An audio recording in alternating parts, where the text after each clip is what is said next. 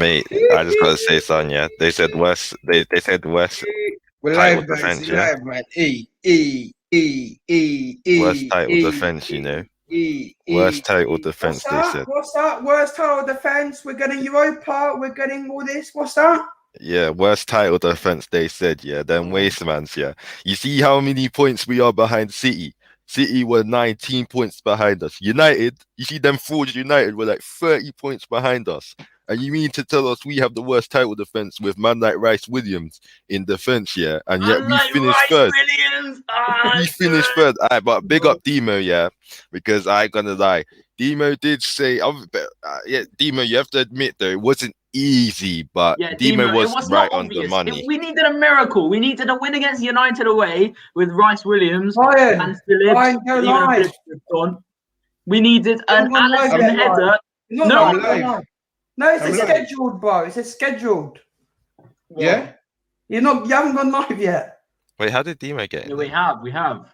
I have live. Well, to me, it says it's not gone live. Because Demo's message. Oh, no, you have gone live. Sorry. Yeah. We needed an Allison. We needed an Allison screamer in the last minute against West Brom. I'm sorry, no one could have predicted that. Yeah, No, exactly. Timo, you have defied all rational and logical bounds, and I'm here to declare you as someone from the future, probably. And God forbid we bottled it today, because Leicester dropped points. I think we would have still been in top four. It just would have meant we'd have been in fourth place. Funny enough. Yeah. So, but I am kind of, maybe it's just me, but I kind of felt bad for Salah. I thought he was going to get the golden boot, and I think he did. He could have had the chance to get the golden boot with the Mane goal, the second Mane goal. But I think was it Salah that assisted Mane on that last one. Yeah, so like a lot of people were calling Salah selfish. I think people gotta understand. Do you know what I love about what Salah did there? Remember, Salah said he would give 2 golden boots for the top 4 title. In my opinion, that's what he's just done. He's just given away a golden boot for the top 4 race. Well, no, I mean, to be fair, do you remember in that first half, he could have squared it to Sadio? True. He could have. Funny, hey, but you know, Salah, there was one. Did you see that amazing ball Sadio sent to Mane? Sadio sent to Salah. He gets it on his foot and he just flicks it. I was like, is that Thiago or something? The ball went, and then I think Salah just wasn't. But damn, I mean, that first half was frustrating, but the second half was beautiful. Fans, I told you guys. There are teams that are very good away, and there are teams that are very good at home, and we are a home side of things. That's where, if you look through our history, we've just won most of our games, Champions League home. Away where we've never really been super good. It's probably just this season that's an anomaly, but Jesus, 10,000 fans, look at the difference. Mane, people said Mane's finished. Yeah.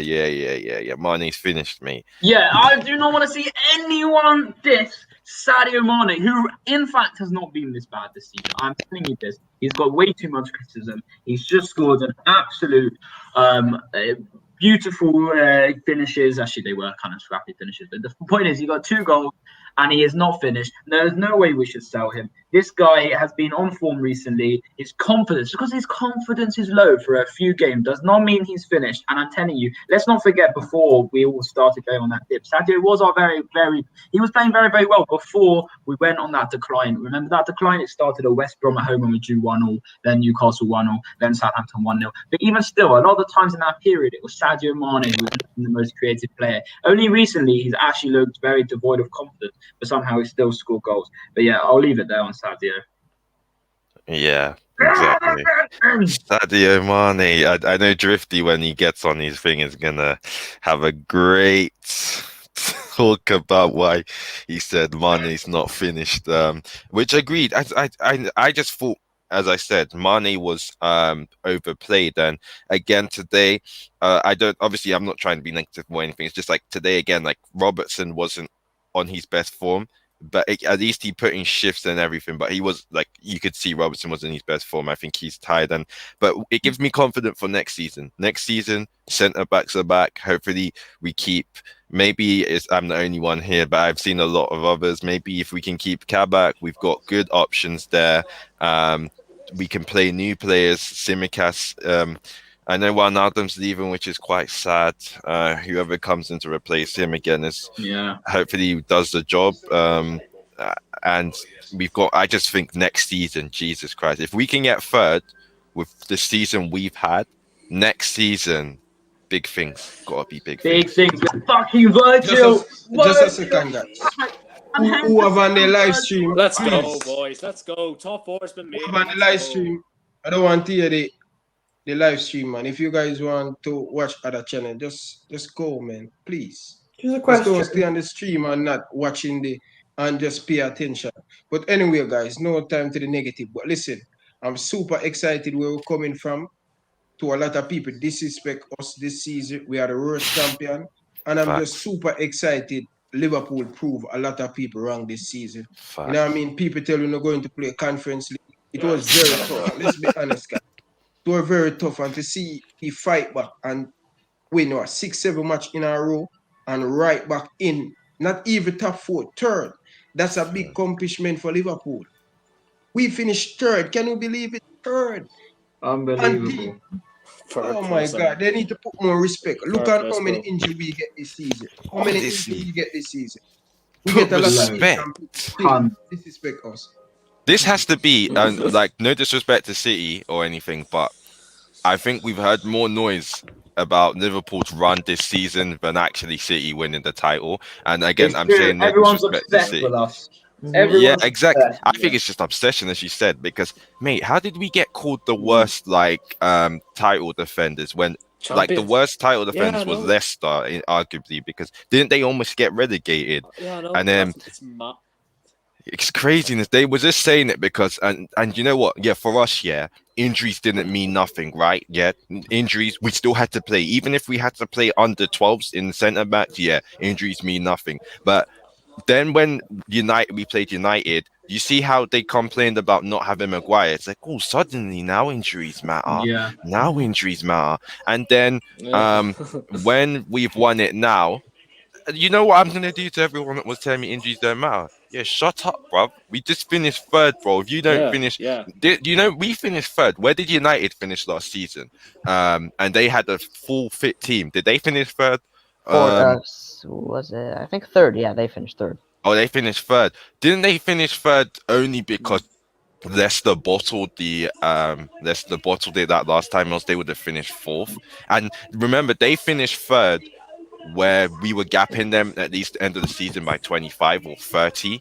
So we had the most horrendous injury this season, yet we managed to get into top 3 in a way where United just luckily got it because of Leicester just not holding the thing today. Yeah, Kit, I think you're confused, bro, because we were on top of Leicester. So if Leicester had bottled it or won it, we would have still been on top if we had finished it by 2-0. It was Chelsea who, if Leicester had won, they wouldn't have got top 4. If Chelsea had won it today, they would have, I think, finished. Would have Chelsea still finished below us if they'd won it today? Or would they have gone just slightly above us? No, they will be in front of us. No, they will be. If Chelsea win, they will be in front of us because they have a better goal defense than Liverpool. Ryan, the stuff in the background isn't mine. I don't know whose it is, but I can hear stuff in the background. I'm not sure who is it, man. But yeah, no, I mean, it's a good thing because, and again, I can't really care less about if like other teams have bottled it, because let's be honest, we've had the most horrendous season like possible. We ideally, even if we hadn't won, we didn't win the league. Say Van Dijk was just injured, yeah. I know that people hate us using Van Dijk, but say it was just him injured. If Matip or Gomez at least stayed fit for the season, we could easily arguably say that we would have probably been still like second or third at the end of the season, right? But we lost Gomez, we lost Matip because he's just brittle bones. We even lost Kabak that came in. He just came and got injured as well. Ben Davies getting injured. Like, I don't know what's happening. And you know what's funny is the last game, we then get Phillips to get a head injury, somewhat of a head injury. And then we get even Rice Williams getting somewhat of a head injury. That just highlights our whole season. Our centre backs finished the game bandaged up. You can't write that. Yeah. Listen, we just have to just give thanks, and we want to play Champions League football, and that's the important thing. Not only want to play Champions League football, guys, really and truly, we have to be honest. If we didn't finish Champions League, finish in the Champions League spot this season, club would have no money to spend this summer. So I'm super excited. They cannot tell us nothing about no Champions League. Facts. We have a few players to just release, a few players to go. It's emotional to see Genie went off. Yeah. I was feeling so bad. I feel bad. You know, Genie has so let us make a segment for Genie. 5 minutes. What are your guys' start on Genie career? Go to you first. His first? Joe. Joe. Some of Genie in a look me. Genie. Make a Wow. yeah. Genie Wijnaldum. Okay.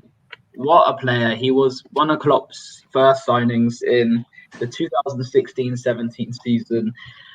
And he has had some absolutely incredible moments. The Barcelona game obviously stands out. He scored so many wonderful, crucial headers as well. He scored the goal that secured us Champions League football. I remember in like the 2016-17 season, was it? He's tireless effort in midfield, constantly working for the team, constantly being selfless, constantly running as hard as possible in the midfield, and that stuff goes unnoticed. His quality in the midfield, he may not have the most goals or most assists, but he was crucial to our Premier League success, crucial to our Champions League success. There was, I think, the 18-19 season, one of our best midfielders, one of our best players, and he's been such an amazing servant to Liverpool Football Club. And we may, if we don't, maybe replace him, we may miss him next season because of what he does. He does the dirty work. His individual quality is great. He's very good at headering, very good at interception, very good at reading the play, very good at controlling the play. Works harder than most people do off the ball, and you don't get credit for that stuff as much as as a centre back might do, or as a striker might do. But Genie is a big miss. He's brought a positive energy to the camp. His relationship with Virgil and all the players. And he was so experienced, and in the clutch moments, he did unbelievably for us. That Barcelona game, him and Origi were the architects, and he scored that goal against Roma in the semi-finals. Remember that, to secure us a spot in the Champions League final. Always been there in the big moments. Genie Wijnaldum, what a hero, and I hope he does well wherever he goes, because he's a fantastic player, a fantastic man, and it's been unbelievable having him in the side. And even the non-footballing elements, it's always great seeing Genie on, they're like social media pages and doing the Liverpool FC videos. So what a guy, Genie. And he'll be a miss, because he is part of that growth under Klopp. He's been there pretty much from the start. So yeah, Genie Wijnaldum, come on. What's your favorite moment for Genie stand out for you? Your favorite moment? And I'm going to ask all of you guys in favorite moments, so make sure I've prepared for that. So what's your favorite moment for Genie? It's got to be the Barcelona header, hasn't it? It has to be the Barcelona header, to make it 3-0. That was incredible. That brought the tie level, and that surely has to go down as my favorite Genie moment. I remember he scored a wonderful header against Man City to win the game in 16-17. I don't know if you guys remember. I thought that was a great moment as well. But like, he has lots of good moments, but obviously someone like him isn't going to have, like the biggest moments because of his role in the team. But I think everyone who watches football knows how crucial he's been, and he deserves all the credit possible. Yeah, make sure you guys smash the like button, please. It's important. Smash the like button. The more you like the video, the more people will definitely come on the stream. Let's go to Jersey Boy. Sum up Genie career at Liverpool, and what's your favorite moment Genie of is Gino? a wonderful, wonderful, wonderful player. It's sad that he's going. We don't know where he's going. There's rumours he's going to Bayern, maybe Barcelona. Nothing Barcelona though. Juventus, or basically there's loads of places he can go. He's a free agent now. It's really sad that he's going, but you know, Wijnaldum decided it's time to move on, and we have to replace him and get a good midfielder to replace him because Wijnaldum was one of my favourite players. And my favourite moment, obviously, is the Shaqiri cross header to make it 3-3 on aggregate, which made Craig from Anfield Agenda pull off his top. Perfect. What's your favorite moment of some of Genie career for me, Yusuf, and a favorite moment of Genie? Smash the like button, guys, please. Look, yeah, Genie, he's had a wonderful career at Liverpool. He's been a very important player for us. He can control games, and he's done a great job at Liverpool, and we're really going to miss him. And my favorite moment has to be this against Barcelona. Has to be my favorite moment. And also, I also liked when he scored against Everton in the Merseyside derby. That was also a good moment. But yeah, look, definitely Genie is going to be very missed at Liverpool. And all I have to say is, like, thank you for everything that you've done for the club. And yeah, we will miss you. Definitely. And my favorite moment, I will come to you guys. And Genie is a good player, but a lot of people don't give him credit because you know he don't do this the flashy stuff. He do the simple thing. That's what Jurgen Klopp made Genie do. We see when Genie play for the Netherlands, he play much better and he go forward and score more goals. But for him Liverpool career, I think he has done great. He don't get a lot of credit. A lot of people disrespect Genie, but we have to remember where we're coming from. He has a fantastic Liverpool career and we have to give him credit, and I wish him all the best wherever him go and play. And I hope the fans appreciate him more, like a lot of Liverpool fans don't appreciate him. So, Genie, my favorite moment, I have to say that Middlesbrough back in 2017, where he scored that goal to take Liverpool in the Champions League spot. If him didn't score that goal, would have a Barcelona, FC Barcelona moment. And for me, that Middlesbrough goal, 2017 season score. And big up to Genie, big up to him wife, big up to him kids, and I wish him all the best. And I hope nothing but the best for him. Love you, Genie, emotionally, and big up. But let's go to you, Steve. What you feel about Genie and your favorite moment? Like it has to be the Barcelona for me. I think the most majority of us will go with Barcelona. Like I always remember him. He funny story with the Barcelona game. He wanted to start the game, but he said in this post-match interview that he was really angry at Klopp. They didn't leave him on the bench, and whenever he came on for, I think it was Anthony Robertson and Milner went into the left back position. You see what Wijnaldum brought to the table. You saw what he did for us in making the Champions League final. Then 2 goals I'll never forget in my life. There are moments that you'll cherish, and you know, especially when Wijnaldum came to Liverpool from Newcastle, he was really struggling over there, and we bought him on the cheap, and we thought we're buying someone from a Newcastle side who've just been relegated. But fair play to Genie, he's come up full circles. You know what I mean? It's you know, I think Genie will be one of them players that you'll never forget, and he'll be respected once he leaves. So that's at least that's a real positive that he can leave on a high. You know what I mean? Like he'll never forget what he's done for Liverpool. You know, and you know, he'll always be one of my favorite players, definitely. Last but least, I know you're a big Genie fans. Sum up Genie career as a Liverpool player and your favorite moment.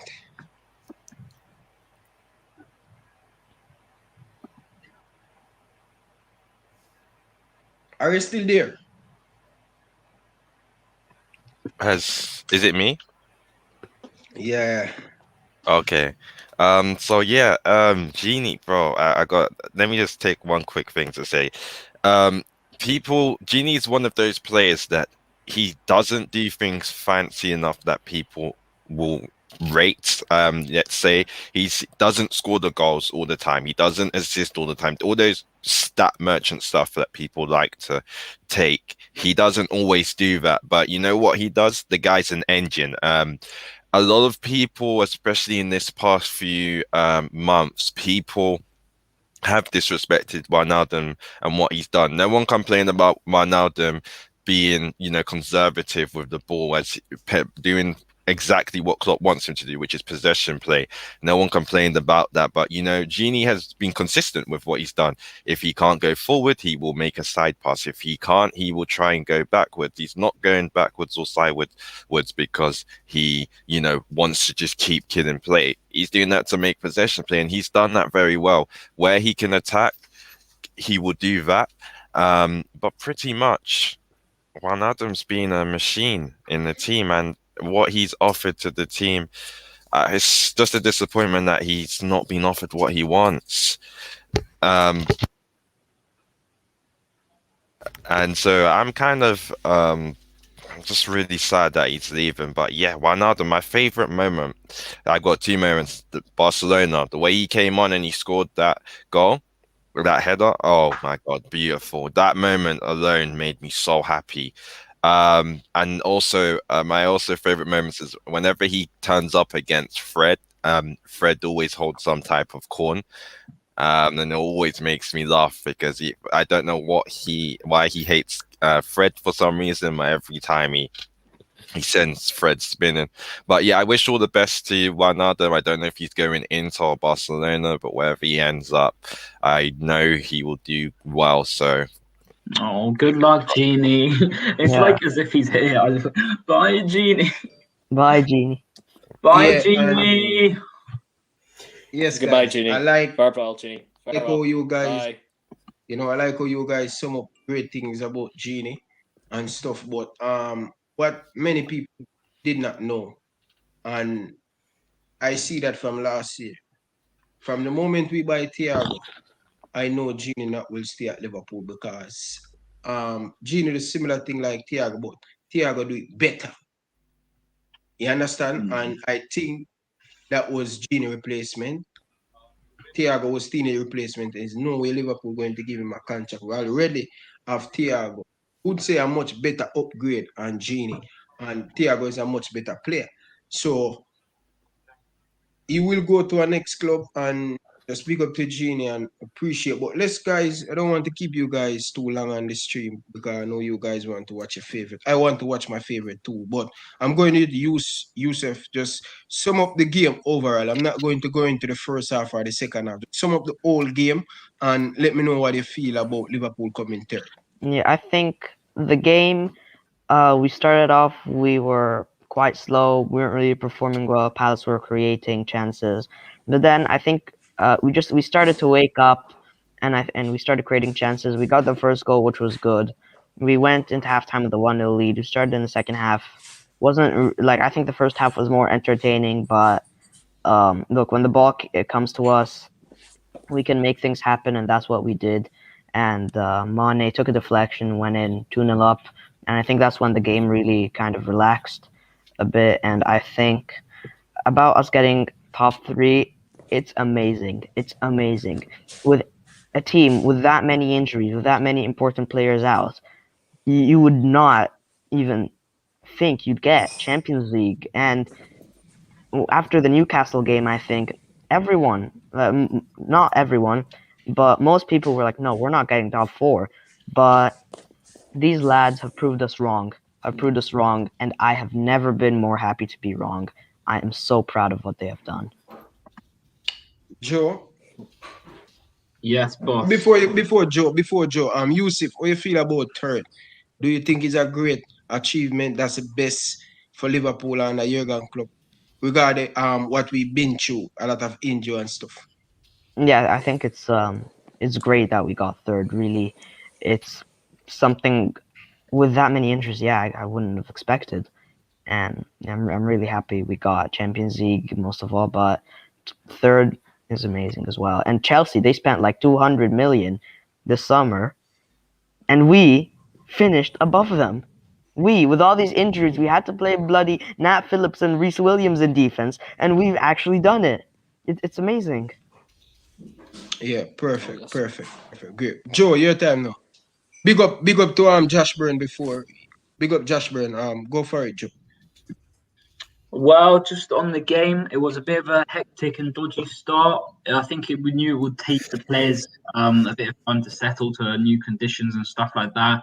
And Palace, to be honest, they could have taken the league. Townsend was 1-on-1, and he probably should have scored. But yeah, no, we reset ourselves, reset our minds, and we kept going, creating chances, winning the ball in the midfield. I thought Thiago was outstanding again. I don't know about you guys, but I'm sure you'd agree. He is unbelievable. I cannot wait to see him with Virgil van Dijk and Joe Gomez, or maybe Phillips, or Konate, or Matip, or whoever alongside Van Dijk. Next season, Thiago will be unleashed even more. Get him on the ball as much as possible because he is a creative genius. He dictates play. Imagine him with Henderson and Fabinho. It will allow Trent and Robbo to bomb forward as well even more. It's looking very exciting for next season. So yeah, obviously back to the game, Sadio Mane with the goal. He had a few chances. Salah had a few chances. It was just that final pass again wasn't there. The final shot kind of getting blocked, a bit of a scruffy shot here and there. And then the second half, it was kind of boring. I'm not going to lie. It wasn't the most entertaining second half, but you know what? I'm very happy that it wasn't that nerve-wracking for us because, you know, there's no need. There really is no need. And we've had enough nerve-wracking games this season, enough disappointments that it was kind of chilled. Palace didn't really offer any threat in the second half. I think we were lucky that Benteke wasn't fit because there could have been a totally different game.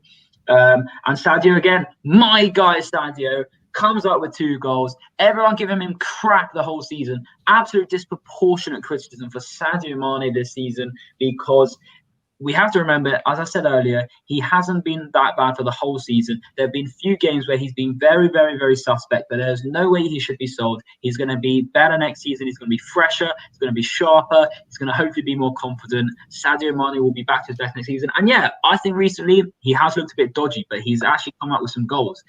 But then, like, sometimes he's had better performances, but he didn't score. But recently he's actually had kind of bad performances, but he's kind of scored. So, yeah, it's a weird one still.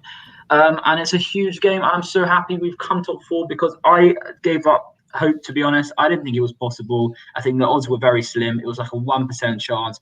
And I can't believe we've managed it. It's incredible, a testament to all the players. Klopp, unbelievably tough season for him. Alisson as well, unbelievably tough season for him. Personal circumstances, and we wish them all the best with everything. And hope, you know, it must have been very, very tough at the time. And we've rebounded, and with all the injuries, Van Dijk has missed 33 games in the Premier League this season. Gomez has missed 31 Premier League games. I've got stats here. Matip has missed 28 games. Keita has missed 28 games. Jota 19 games. Henderson 17 games. Thiago 14 games. Fabinho, I think, has missed about 10 games in the Prem as well. This is just the Premier League. We've been ridiculous. You know, if this happened to anyone else, there's no way they'd get Champions League. I think it's an incredible achievement, coming 3rd above Chelsea, who've had everyone knows how good the Chelsea squad is. Everyone waxing lyrical about their squad, you know, and obviously it's very good, but it's an unbelievable achievement to come 3rd, and it's so good. But obviously next season, I believe the most important thing is trophies. Whatever happens, we need the trophy, because we can sit here and say it's a great achievement to come 3rd, and it is. And we can talk about all the other stuff that Klopp's done. It's been unbelievable, but people look at trophies, and we've got to get that. So yeah, I'll leave it there. Wow, you sum it up right, Joe. And not even know so much game, so much player miss for Liverpool. And this is a nice question that Chiller post to Ryan LFC. Bro, telling you. And I know a lot of people say I'm biased, but I bias because Liverpool is my team. And a lot of people, they're not going to tell you they're biased. They're not going to tell you biased just because they support a team. I am a biased Liverpool fan. So let me make you net that clear. Some people telling about them unbiased, lie them a tell. Lie. So if Van Dijk and Gomez was in this Liverpool team, if you watch so much game we lost at Anfield, and if the fans and Van Dijk and Gomez, I think Liverpool would give City a very good test. When you look at our team, you've got Jota as well.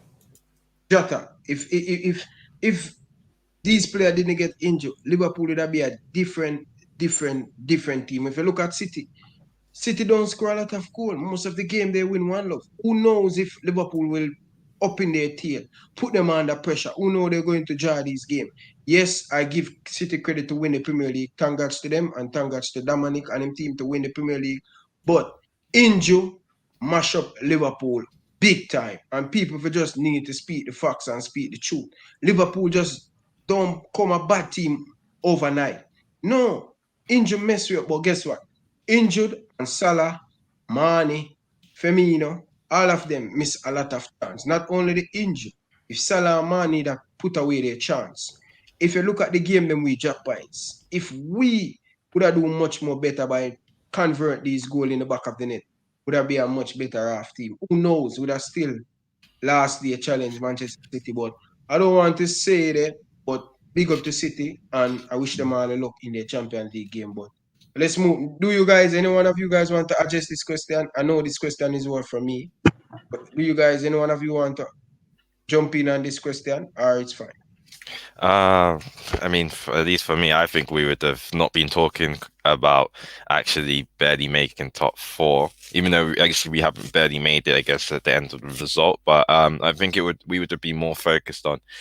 I think we actually could have got into the Champions League final. It might have been crazy. It might be crazy to say, but I think with a better defense, your forwards and your midfield are a bit more confident. You don't see Fabinho move to centre back. You see Thiago, slotting a bit more easier because he's got Fabinho to give him that support. So Thiago doesn't have to focus defensively as much. He can just focus on trying to bed himself into that game.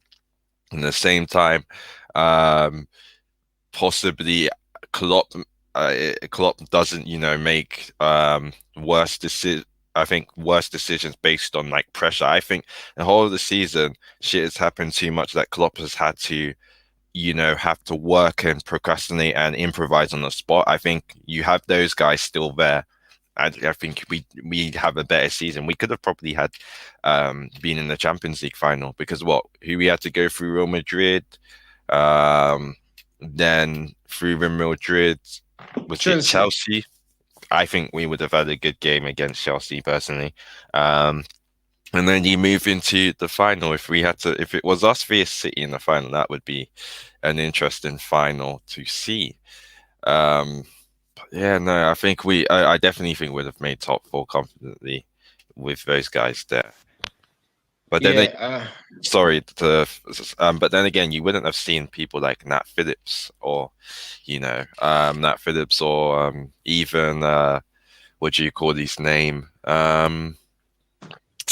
Who's his other name? The other guy. You probably wouldn't have seen that Phillips or even possibly, Rice or even maybe Kabak at least show some fight, which we've seen and we've kind of praised. I think the way it's worked out anyway, it's made this season, for me, it could have been one of the worst seasons, but I think it's probably up there with one of the seasons, for me, like best seasons in the way it panned out, because it had everything, magical at the end. That's just me. Yeah. We just have to give thanks, man. Go for it, Steve. Can I just pull up a wee sort of stat here? Because I know Virgil van Dijk is the reason why this all sort of happened. I put a note down saying Liverpool centre-back partnership since Van Dijk got injured. And just have a look at the list. From the start, Fabinho and Gomez and Ajax. The list goes on for all these matches ever since Virgil van Dijk got injured. Look how many partnerships there have been. It's absolutely insane. Like Fabinho, Nat Phillips, Fabinho, Matip, Reece Williams, Kabak Henderson, Phillips Henderson. Like all the matches are there to scroll down to see how many partnerships there were. It's absolutely mad where we are in this position now, finishing third. Like, do you know what I mean? This is like what 42 partnership this season? Near enough, yeah. If all the matches after Virgil van Dijk got injured. Like, it's insane. I can't believe this, man. Wow. Is this true, Steve? Is this true? Well, make a note. Look at the right. These are the matches I've listed. All the partnerships that there were for every match. So, if you take a screenshot now of certain bits, and then it's very much a case of there were a lot of partnerships. And that's all I have to Oh say. my God. Yeah, I need to take a picture of that. I'm telling you, let Van Dijk be fit for the whole season. We'll turn into an animal next season. But we have to sign a number 9. Guys, can I just make a point? Yeah, go for it. I have no idea why we're not going for Harry Kane. Why aren't we going for him? Why aren't we going for Harry Kane? We can't afford it. I don't know. You know what? I don't buy that. We can afford him. These are multi-billionaire owners. Yes, they definitely have the money. Even if they don't spend 120 million themselves, we can get the finances by selling players such as Karius, such as Ojo, such as Grujic, such as Wilson, maybe Shaqiri or Origi, one of them, maybe Naby Keita. That can free up about £60 million. I don't understand why he can't come to Liverpool. We have Trent and Robbo on both sides. We have Van Dijk and Henderson spraying past through the middle. We are not an oil club like Man City or Chelsea. We are a club with culture. We are a club with class. We are a club with history, with heritage. We are a club who have built our success with proper foundations. I cannot believe. No, I don't buy this. We don't have the style for Kane because we need to adapt. If there's one thing we've learned this season is we need to be tactically flexible. We've had a great end to the season, yeah, but we have been screaming for a number 9. We have been saying the false 9 system has been dodgy. We have to change it up a bit. We have been saying a lot this season, yeah. We can't just throw crosses into the box with no one there attacking. That was costing us. We need flexibility and we need a number 9, a finisher, because next season we can't just rely on the same themes that we've been trying to do, because I do believe it is slightly out of date. I don't think it's finished. Sorry, not out of date, but I do think our tried and tested system needs a bit of updating. That's not to say next season we can't go in with, our great front 3 and Jota as the spearhead or something like that. It's all about having a tactically flexible setup with good quality players in all positions. And Dupe, I do know my history. Thank you very much. Go to Theo Woods' channel and check out my score on the quiz, and then your impression of me will be different. So yes, thank you. And I'm done. I'll say that. But what do you guys think about this Kane transfer? Why can't we be involved? FSG holding us back.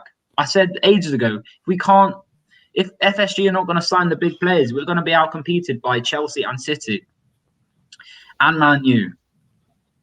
Yeah, it's so funny, bro. That's every single time Alan come up, a Harry Kane come up, a Koulibaly come up, a Sanchez, so much player come up, were expensive. And Liverpool, Kylian Mbappe, Liverpool, one of the biggest football club in the world. One of the team that overseas we have a lot of fans and stuff, and we cannot even to buy a real class player. Jeez. Nice. These men can do it. These men can do it and make us compete for the big honor. How long we get a big player? The biggest player we get with name is Thiago Alcantara. Virgil van Dijk make him name at Liverpool. Alisson make them name at Liverpool. Why we cannot get a big name player? Guys, I really don't think I want City to win the Champions League. I actually hate them so much. I really don't. No, Chelsea are now top 4. I hate City too much. I don't want them to have it. Their players are disgusting. I hate them all. I hope they don't win it. I've decided right now. Can I just say something quickly? What Dupe says. Well, I think Harry Kane would want to go to a club that's European royalty, mate. City are in the first Champions League final ever. You might win the Champions League, you might not. We'll see what happens. But if you first Champions League, you're still below Aston Villa and Nottingham Forest and etc. etc. So I think Harry Kane would rather go to a team like Liverpool, to be honest. But I think he's going to the Champions League. But I think he will go to City because City can afford him. And I will love Mbappe, but I don't really think we're going to get Mbappe just because, for me, it's about the wages, not the cost. The wages is a big thing. So, you remember when FSG said they said Liverpool aren't going to spend in January because we're anticipating a big summer. I wonder whether they're going to live up to that promise. They will not. They just keep talking to get Liverpool fans quiet. And you have some Liverpool fans out there when Go for it. You know, we're all the lines of not getting kill Mbappe. There is an opportunity for us to go and get a backup, rotation player. Not just Deadwood, but like really good who can challenge Mane and Salah. It might be Jadon Sancho, but will Sancho come to Liverpool with the amount of money if we have to spend for him? I don't know. All is a case of we have to go out and do the right business the next season to stay alert with the likes of Man City again. Because if we don't, then we're going down a path that will be dodgy again. So we need to make the right signings. And FSG, I'm still FSG out, but if they don't do the business, then who else to blame? Not the fans, but FSG themselves. So go out and buy the right players, do the right business this summer, and get us back to where we belong, which is challenging for league trophies and Champions Leagues, please. That's all I want. Because if we don't get a backup through rotation, then that's a problem. But it wouldn't surprise me if we bid for Jadon Sancho, but we didn't get him. We went for someone who was like sort of like Jota wise, you know what I mean? So I think they'll do something similar to that. Yeah. But I don't know when we're going to get big player. That's all I have to say. But this season, we made the Champions League. We should have some money to rebuild the squad come summer. Because we really need to get rid of some player and stuff. We really need to get rid of some player. It cannot continue. If we make City go and sign Harry Kane, it's done. It's done. That's what City lack this season. Lack a number 9. Yes, Aguero is a number 9, but Pep do not trust the guy. Pep don't trust him. He playing false 9. So if City get Harry Kane next season, we can just say bye-bye. We don't know if Virgil van Dijk going to keep fit. We don't know if Gomez is going to keep fit. All of these things we have to consider. We need to sign a number 9. We need to sign a next centre-back. 2 centre-back we should sign. We can't depend on Gomez and Joel Matip. We cannot depend. And if we don't try to close the gap on City, it's going to be tough for us. Yeah, I agree. Yeah, Jersey boy, what are your thoughts? Let's just finish off. What are your thoughts about the whole game and Liverpool coming third? Because we'll go off at I'm just quickly going to say something just in the chat. Source, grow up a little bit and stop insulting people in the chat. You are a moderator. Moderators act for professional standard. Grow up a little bit. Because I'm sorry, but he's just in the chat telling people to eat shit and all that kind of stuff. Just grow up a little bit now. Bro, I'm sick and tired of you people complaining about you, bro. And that's not that's not a moderator supposed to be in, bro. Don't swear, bro. Literally, you things get demonetized if there's that stuff. You're a moderator. Ryan trusts you, and as a moderator, you don't swear at people. You don't tell people they're delusional if they don't think the same thing as you, and you don't tell people to eat shit or to fuck off. All right. If you want to be a moderator, you need to be professional and grow up a little bit. All right. So I'm gonna continue. We'll talk with Ryan later about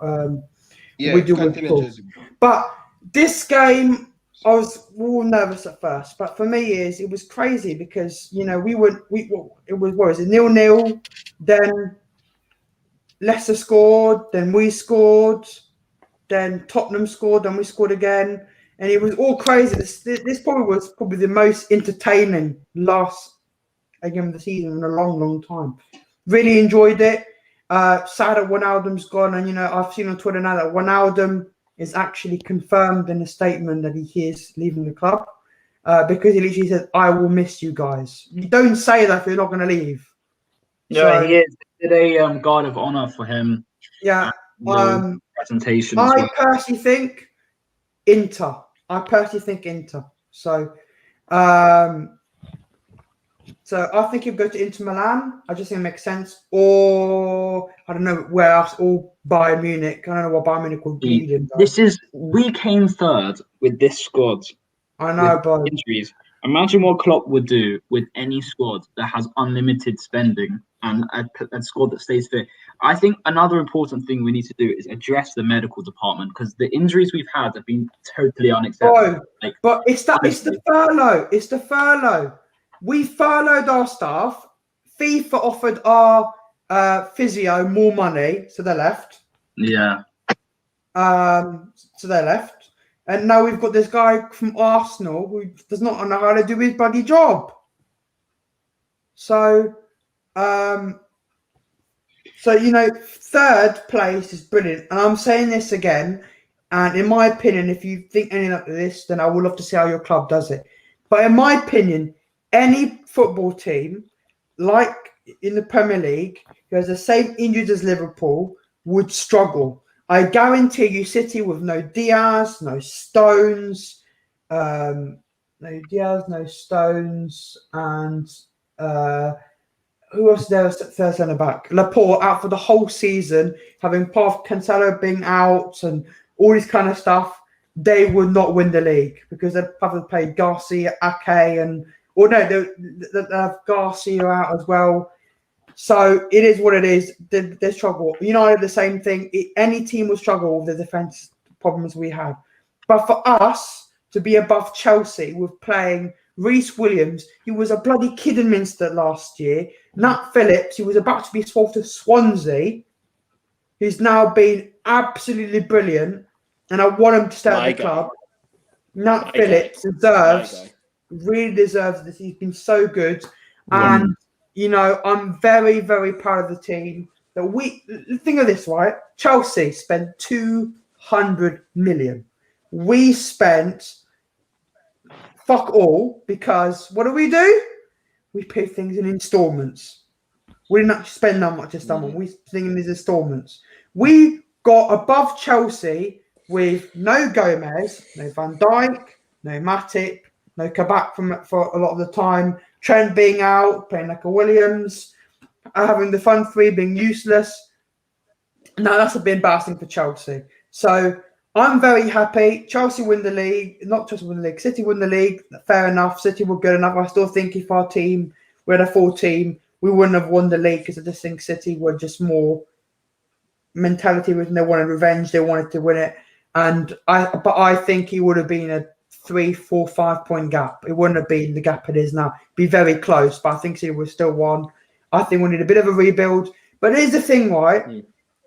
There's a French newspaper, right? And a French source, which is because I follow a guy thing on Twitter called Anfield Talk, and they rate all their sources based on green, red, and all that, and they say which one's reliable, which one's not reliable. This got green, so it's very reliable, and they got stuff right. I think L'Equipe were one of the first people to talk about Neymar going to PSG or something. They said that Mbappe would love to come to Liverpool if Zidane leaves Real Madrid and we get top 4. We've got top 4 now. If Zidane leaves, we're in top control. We've now got 54 million just from the Champions League. Think of it. We sell 100 million worth of players. We've got 150 million. We buy Mbappe with the help of Nike and LeBron James, helping with the wages and stuff. We get, I would love to get, if we only could sign 3 players, Mbappe, Hassan Mouar, and Kanate, and if I could get a 4th one, I would get Kenkakir. Kenkakir, if you don't know, is Trabzon's goalkeeper. He's very good. He's like 22, 23 years old, and I think I would to replace Adrian.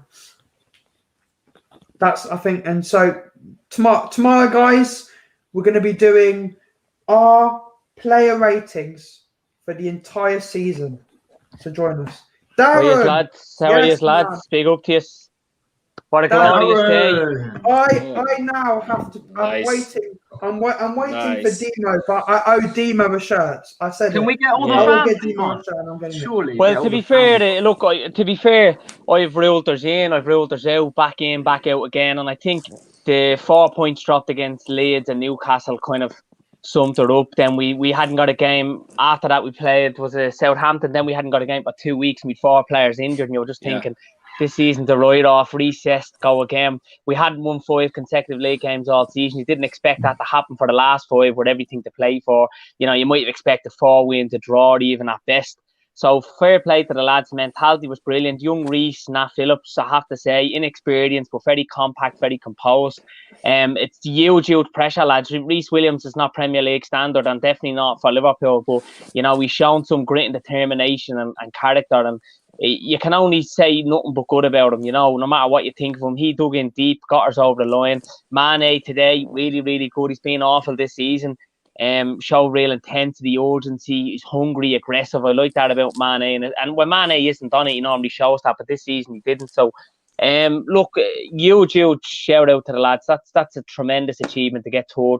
Last season, Man City missed one player, and we finished 18 or 19 points ahead of them. This season, all the players we've missed 3 centre backs. City only missed Laporte last season, and we only finished 17 behind them. Now I know there's not much in it, but for us to get third in this league this season with Chelsea, United having improved, and West Ham, Villa were there, even Leicester, you know, and Leicester, when I think they beat us, were 9 points ahead of us not so long ago. So brilliant turnaround, lads, and the mentality monsters are back. And I wrote us off, and I think probably all of us did, but it just shows again, Jurgen Klopp epitomises Liverpool, never give up, never say die, and I'll definitely think 2 or 3 times the next time before I write us off, because that was one of the best comebacks to come back and do this season.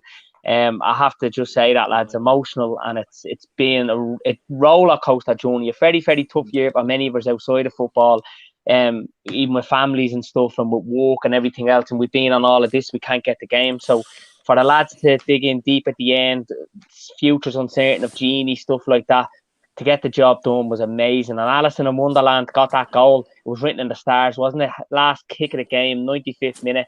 You've never seen that like it, lads. I've watching football 20-something years, and I've never, ever seen that like that. Never heard of it. It just summed it up, and that'll be talked about for a long, long time. And it's like winning the trophy today. It really is. And it's mad to say that, because when we won it last season, if someone said you get third this season and don't win that, and you're very disappointed. But when you consider all the factors and everything that's happened, you have to give it to the lads. The luck this season, every bit of luck that could have went against you has happened to us this season, and I never seen a season like it for so many twists and turns. And I went to the last day and we came through triumphant, and that's amazing, lads. And I hope you're all good as well, lads, by the way. Oh yeah. Oh yeah. All good, yeah. It's mad. Chelsea were blessed, weren't they? Chelsea. Yeah, they were blessed last day of the season. Get B, still get in though, but yeah, they're so. I think Chelsea, they've scraped it. Yeah. Steve. Well, with all the money they spent, let's finish it. Steve, you should. Yeah. You have something to say. One more person leave to finish off for them thought, right?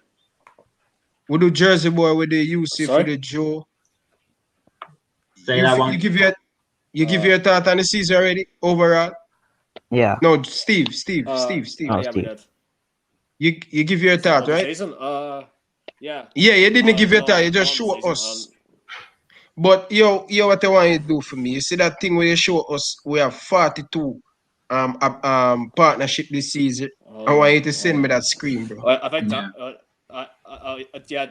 you haven't seen this yet. I made this list before the game because I thought it was interesting. Remember when Virgil van Dijk went down around election time? Well, just focus very much from Ajax, and I'm going to scroll very, very slowly. Make sure you see how many centre back partnerships we've had. Crazy amount. Jesus, yeah, that's brilliant, Stephen. Well put together, but really summed it up, didn't it? How many different centre backs, and that's the whole spine of the team gone. Jesus, I know. So the who played the most games was Phillips and Reese Williams centre back. Who would have ever thought that? And we'd win. Look, it all sort of goes downhill. Right? Fabinho and Matip were very much in the centre back partners. That's ridiculous, mate. Much after that. Yeah. How many do you think that is? I think that's about like 15 partnerships, right? 15, 13? Oh, it's crazy amount. Yeah, it is. Yeah, but if you remember, it also went downhill around January time. You should call out the player them, the partnership and the game, man. Call out the name them, the partnership and the Okay. Yeah, call them out. Okay. We're not seeing it properly. Okay. Okay. So after we lose 1-0, it's Fabinho and Henderson back there. Then we draw home to Man United. It's 0-0 Fabinho and Henderson.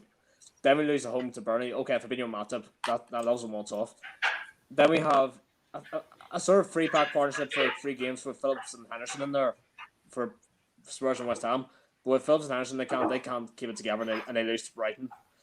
Then, for whatever reason, Klopp decided to go for Fabinho and Henderson against Man City. And you think, why have you done that? It was probably one of the worst team sheets I've ever seen.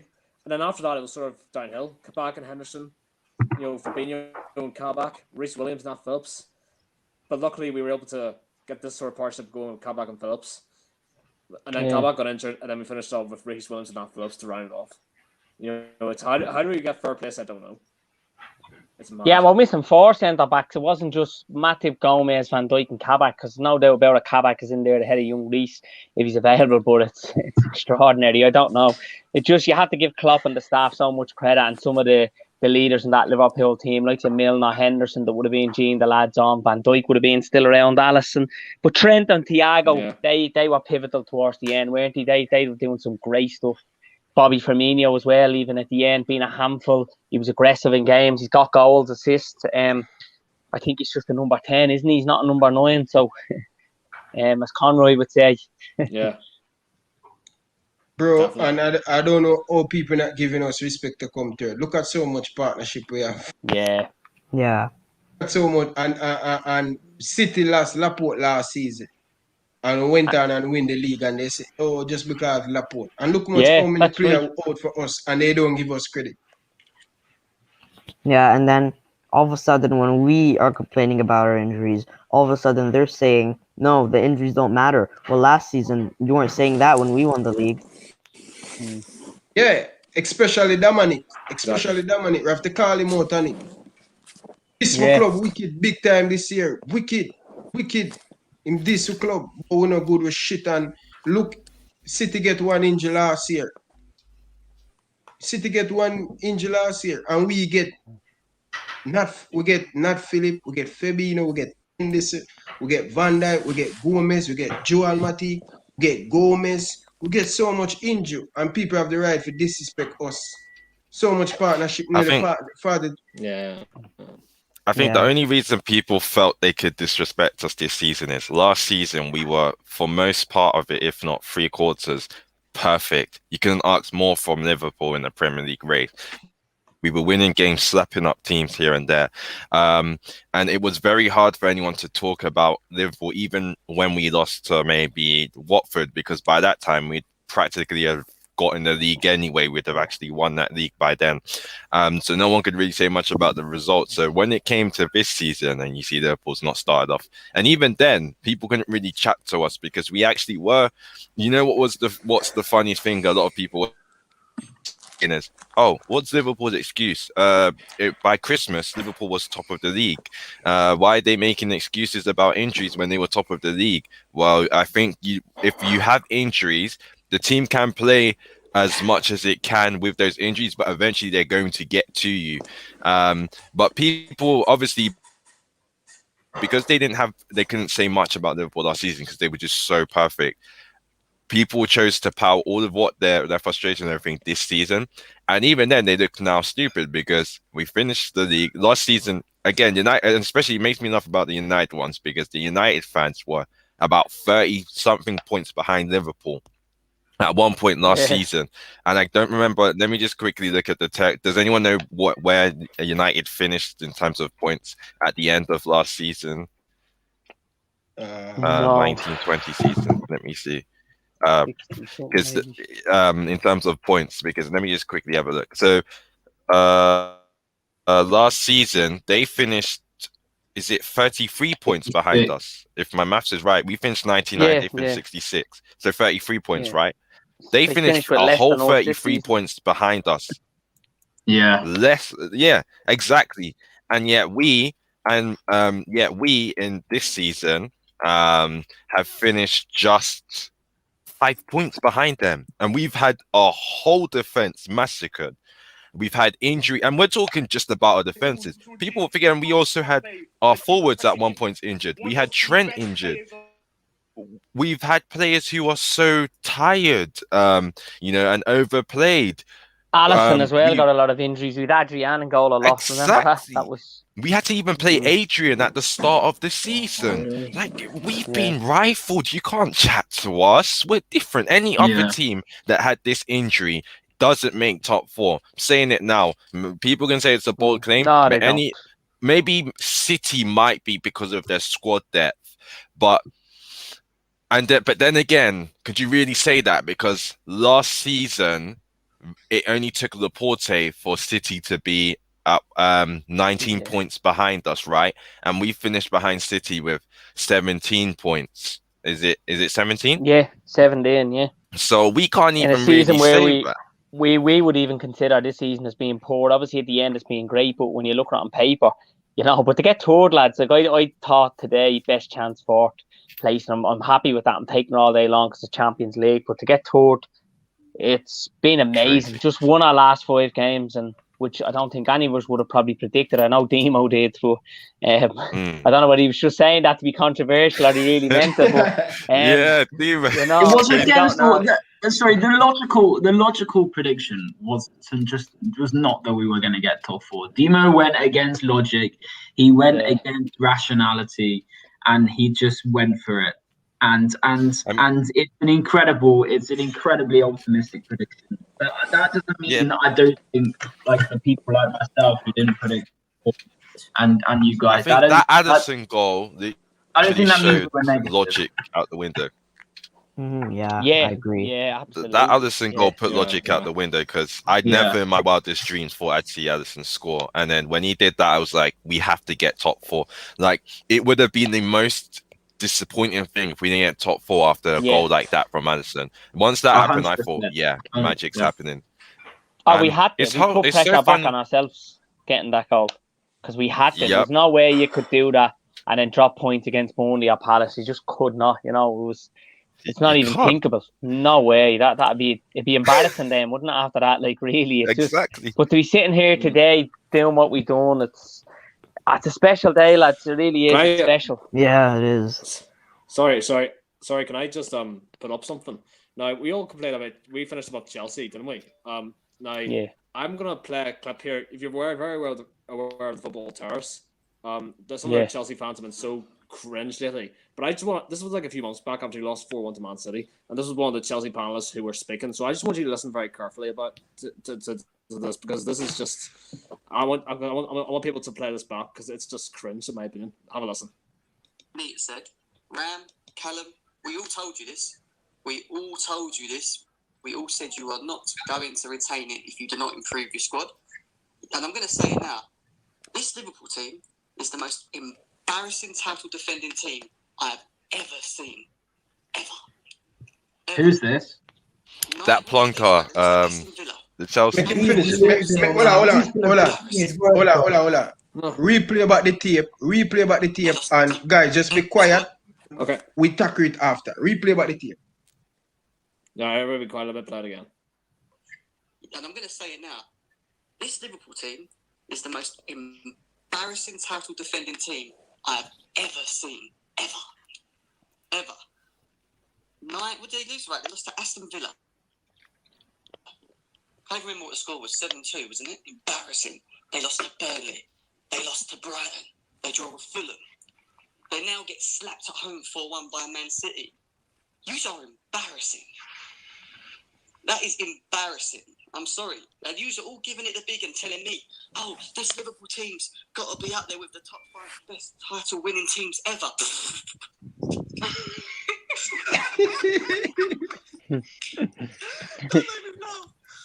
I hear that, David. Well, it turns out Chelsea were actually the worst champions, weren't they? Remember, they finished 10th, wasn't it? After they won it. This EFC Gem guy's embarrassing. He's just made himself look like this whole circus. That man is not a clown. He is an entire circus. He was calling us embarrassing. The only thing embarrassing is him. See, his name is Jem from the Football Terrace. He's embarrassing, boys. Yeah. Chelsea embarrassing. Chelsea spent 200 million and finished behind Liverpool with no centre backs and all these injuries, mate. Chelsea embarrassing, mate. Get in the bin. Yeah, I would never say embarrassing. see, the Chelsea thing, Oh, what bro. pisses me off about the Chelsea thing is no one's going to talk about the fact they spent 200 mil. No, they didn't spend 200 mil. They spent nearly 300 mil because we're forgetting they also bought a new goalkeeper. They got man like what do you call his name? They even fired Frank Lampard and got a whole new fucking manager. Sorry for my language. A whole new manager, and yet they still didn't finish in above Liverpool. You can't talk. I was seeing people making excuses. Oh, Werner needs time to settle. Bin that thing, they don't need time to settle, bruv. Phillips didn't have time to settle. Man like Rice Williams didn't have time to settle. Get out, bruv. Did Jota have Yeah. time to settle? Okay, fine. And I Jota must was say- in the Prem. Can I say one thing? Forward. Yeah. So Thiago, you know how everyone was Liverpool's played- criticizing him. The Now rules are different. he needed to settle. The man got an injury and he was out for like beautiful. 2-3 months. He didn't play for like forever, and it obviously takes some Facts. time to settle into a new system. Well, did Chelsea fans say that? No, they're saying no. Thiago's a flop, and yeah, but with Facts. Werner, I don't know what's wrong with it. The man hasn't really gotten any injuries, and what's happened to him? Like Facts. the hypocrisy is unreal. Remember when Can I that man just said say- Thiago Silva was better than Thiago? Techie wise. Oh my god. Yeah. That's that was. I mean, that was Yeah. ridiculous, wasn't it? What I would Yeah, say it was. to Chelsea fans who kind of need to grow up on this mediocrity of statements they make beforehand. Like, don't speak that sort of crap before the season's over. Wait till Yeah. the season's over. Then you can speak. We're speaking now. We're speaking facts right now. That Liverpool have finished above Chelsea, and they lost today against Aston Villa. Going on about Tuchel's going to take them to the big time. If you lose to Man City, you are back to square one, and you are more risk next season. That's all I say. Comparing Liverpool to the worst champions, you finished 12th. You bunch of idiots. Think before you speak. That's all I have to say. Yeah, I agree. But look, guys, I think I'm gonna have to go now. It's morning my time, so I'm gonna have to Nice. get some breakfast. So thank you, guys. It was great that we got top 4, and I will see you soon. Goodbye. Nice. No problem. Peace. Yeah, man. Big up yourself, bro. Yeah, you're right about Chelsea. Look, they have a Champions League final, and look, I at the moment, I'm sorry to say, but I would rather they win ahead of Man City. But it probably might change. I just look. We have an underrated rivalry with Man City, and they've been giving it the big one for ages.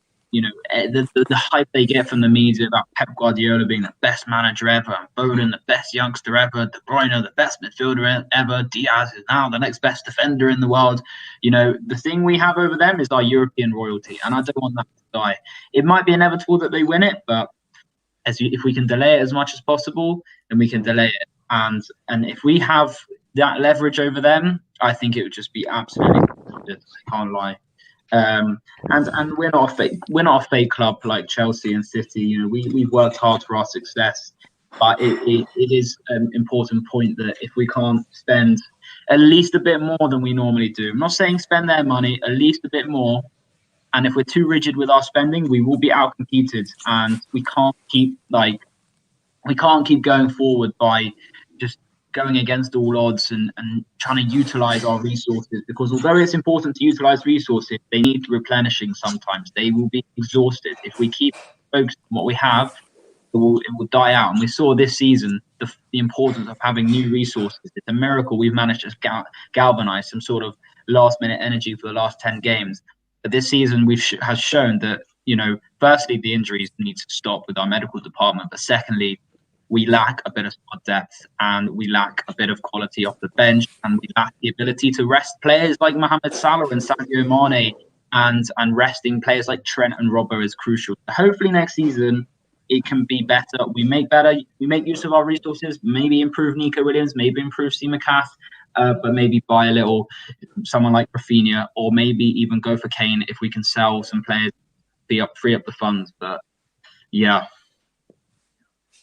Yeah, it's a huge summer.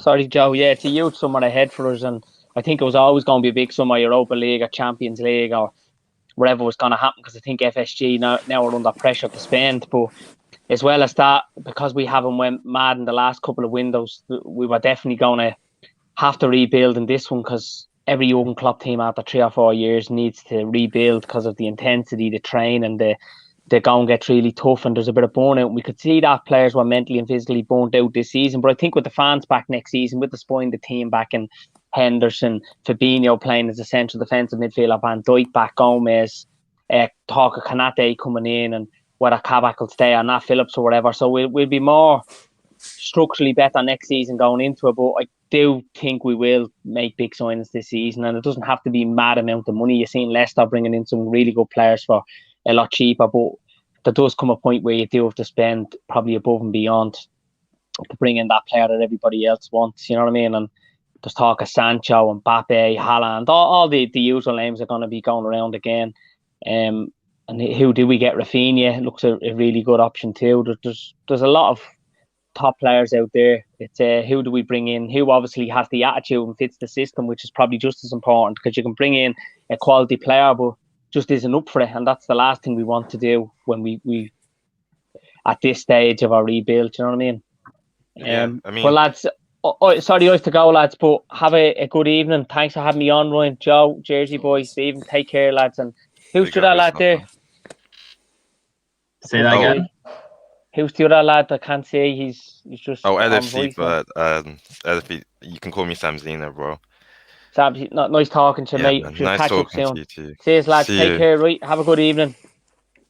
Yeah.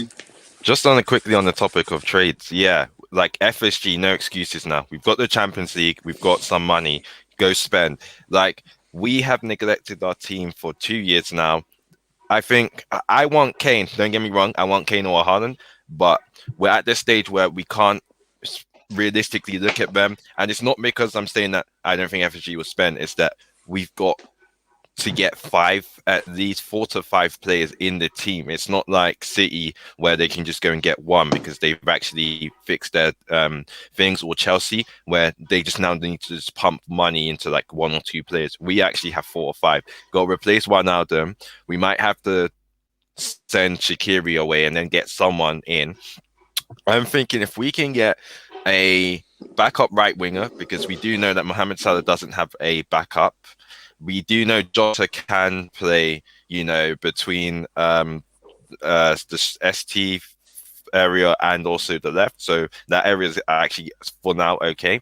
We do need the backup centre back, but that seems Konate's coming in, or at least Kabak's coming in, so that area is fine. But we do need obviously a goal scoring 10 at least, if to just mess around with Firmino here and there. We need to obviously replace Wijnaldum. We know that either Basuma or DePaul, that's good. Arguably, we might need a backup goalkeeper, because I don't really want Keller being forced as a number 2 if we're binning Adrian. And I do think Adrian, in my opinion, his time has come.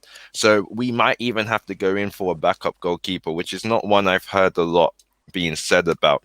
As for, I did want a backup right back, but I feel Joe Gomez can be used as a defensive right back because he has played there.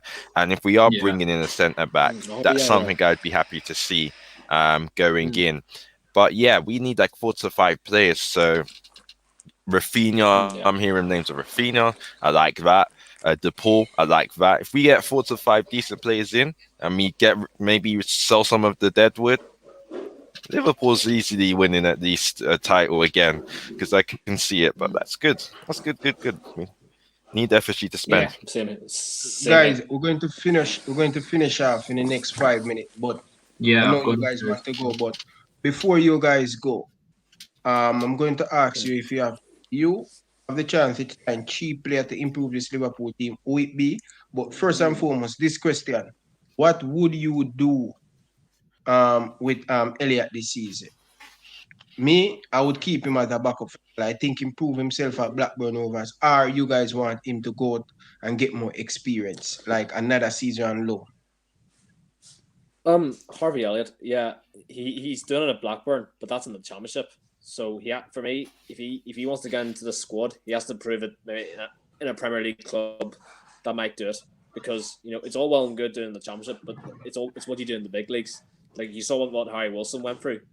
it went terribly for him when he went on loan to Bournemouth. So, Harvey Elliott, for me, just needs that bit more experience. I think for me, because I don't think he's yet ready. But he's 18 years old, so there's no word to say he'll improve his game. But he just needs that little bit more experience to improve his game. Okay, Joe, start off with you. And when you answer, you give a cheap player, you can leave. So we're going to wrap up. To leave or buy? Buy. But what I'm saying, you can tell a cheap player if you have the chance to improve this Liverpool team. Cheap player, and when you answer it, you can say goodbye or you want to stick around when the stream ends. So go for it. Cheap player to improve this Liverpool team. How realistic does it have to be? Your opinion to improve the team. Your player who you want Liverpool to buy to improve the team. All right, boss. Harry Kane. Realistic, please. More realistic. I don't think we're going to get Be realistic. Why not? It's going to be hard, bro. It's going to be hard. Why not? No, it'd be hard. Why aren't we not in the we'd have to conversation? dump 3. This game would be like literally one signing almost. He's Why looking not? like We can free up the 140 funds mil. by selling some dead wood. All right, go for it. But then would you rather lose? Hold on, Joe. Okay, you say free up. All right, give me a cheap player. Who do you want to bring in and who will you sell to free up the funds to get Harry Kane? I mean, we can sell Guriek, we can sell Karius, we can sell Shea Ojo, we can sell Origi, we can sell Keita, we can sell Harry Wilson. I've just given you 6 players who we can sell to get Harry Kane. Not saying we're going to get 100 million from those players, but sell those players, you get about 50, 60 million. Then you spend 60 million of your own. Done. I don't understand why it has to be that difficult. Am I being stupid? Tell me if I'm being stupid. I don't understand why it can't be done. We are the biggest club in this country. Why aren't we getting the biggest player in this country? Simple. We are the biggest club in this country. We should be going for the biggest players in the world. I don't get why we can't go for Kane. Don't get him. He comes to Liverpool, we become invincible. Don't go. He doesn't need to go to a real fake club. We need to put ourselves out there and tell Kane that we're the right club for him. We've got the best fans. We've got the best stadium. We've got the best history. We've got the best players. We do. We don't need these players that I just gave you. We don't need them. They're all on loan. We can sell them when they come back. Sell them. Karius can be sold for 20 million. Ojo about Karius for 20 mil, bro. Harry Wilson can be sold for about 20 million. Okay, Karius maybe 10 million or something like that. Guriek, this type of stuff. So Keita can be sold for about 30. I'm done with Keita. 25, I think, Keita. I'm done with Keita, to be honest. I love him, but I just think he needs to go somewhere else because the injuries are too much. It's not reliable. It's not reliable anymore. Okay, that was Harry Kane. The next player is Rafinha because I think he's great. He's Premier League proven. And then I'd go for. I like the look of Florian Neuhaus. Neuhaus, yeah, he's good. I like Neuhaus. I do like the look of him. Say not buying a centre back then. No, but we've got Konate pretty much confirmed, so I'd leave that. But so one centre back. Yeah, okay, fine. Konate then, because we haven't got him confirmed. Okay. Konate is confirmed though. It is confirmed. Yeah, exactly. So like. But if it's confirmed, just give us something different then. You can't give us something more confirmed then. We need 2 centre back, in my opinion. I don't know if Virgil van Dijk going to fit for the rest of the season. Same thing with Gomez. Joel Matip, the same thing. We has to. If we buy 1 centre back, we're going to back to Nat Phillips, bro. No, that's fine. Ryan, Nat Phillips is fine. He's a proven squad player. Yeah. Bro. Come on, Ryan. Come on, Ryan. Won 26 points out of the last 30 with Nat Phillips playing. Sorry, hold on a sec. Nat Phillips didn't even play in the ones we drawn. He's fine. 4th, 5th choice. He's fine. Yeah. Choice right, bro. He is. What are you talking about? He's probably going to do better than Konate will. Joe, if you are gonna sell Shaqiri, Origi, and all of these players, we can sell Nat Phillips and get 20 million fee. Ryan. Me not keeping that. Great. Nat Phillips is young. He's why Come is he on. like that? Oh, What Ryan, are come you on. doing? Come The on. only one that has his opinion. Ryan, no.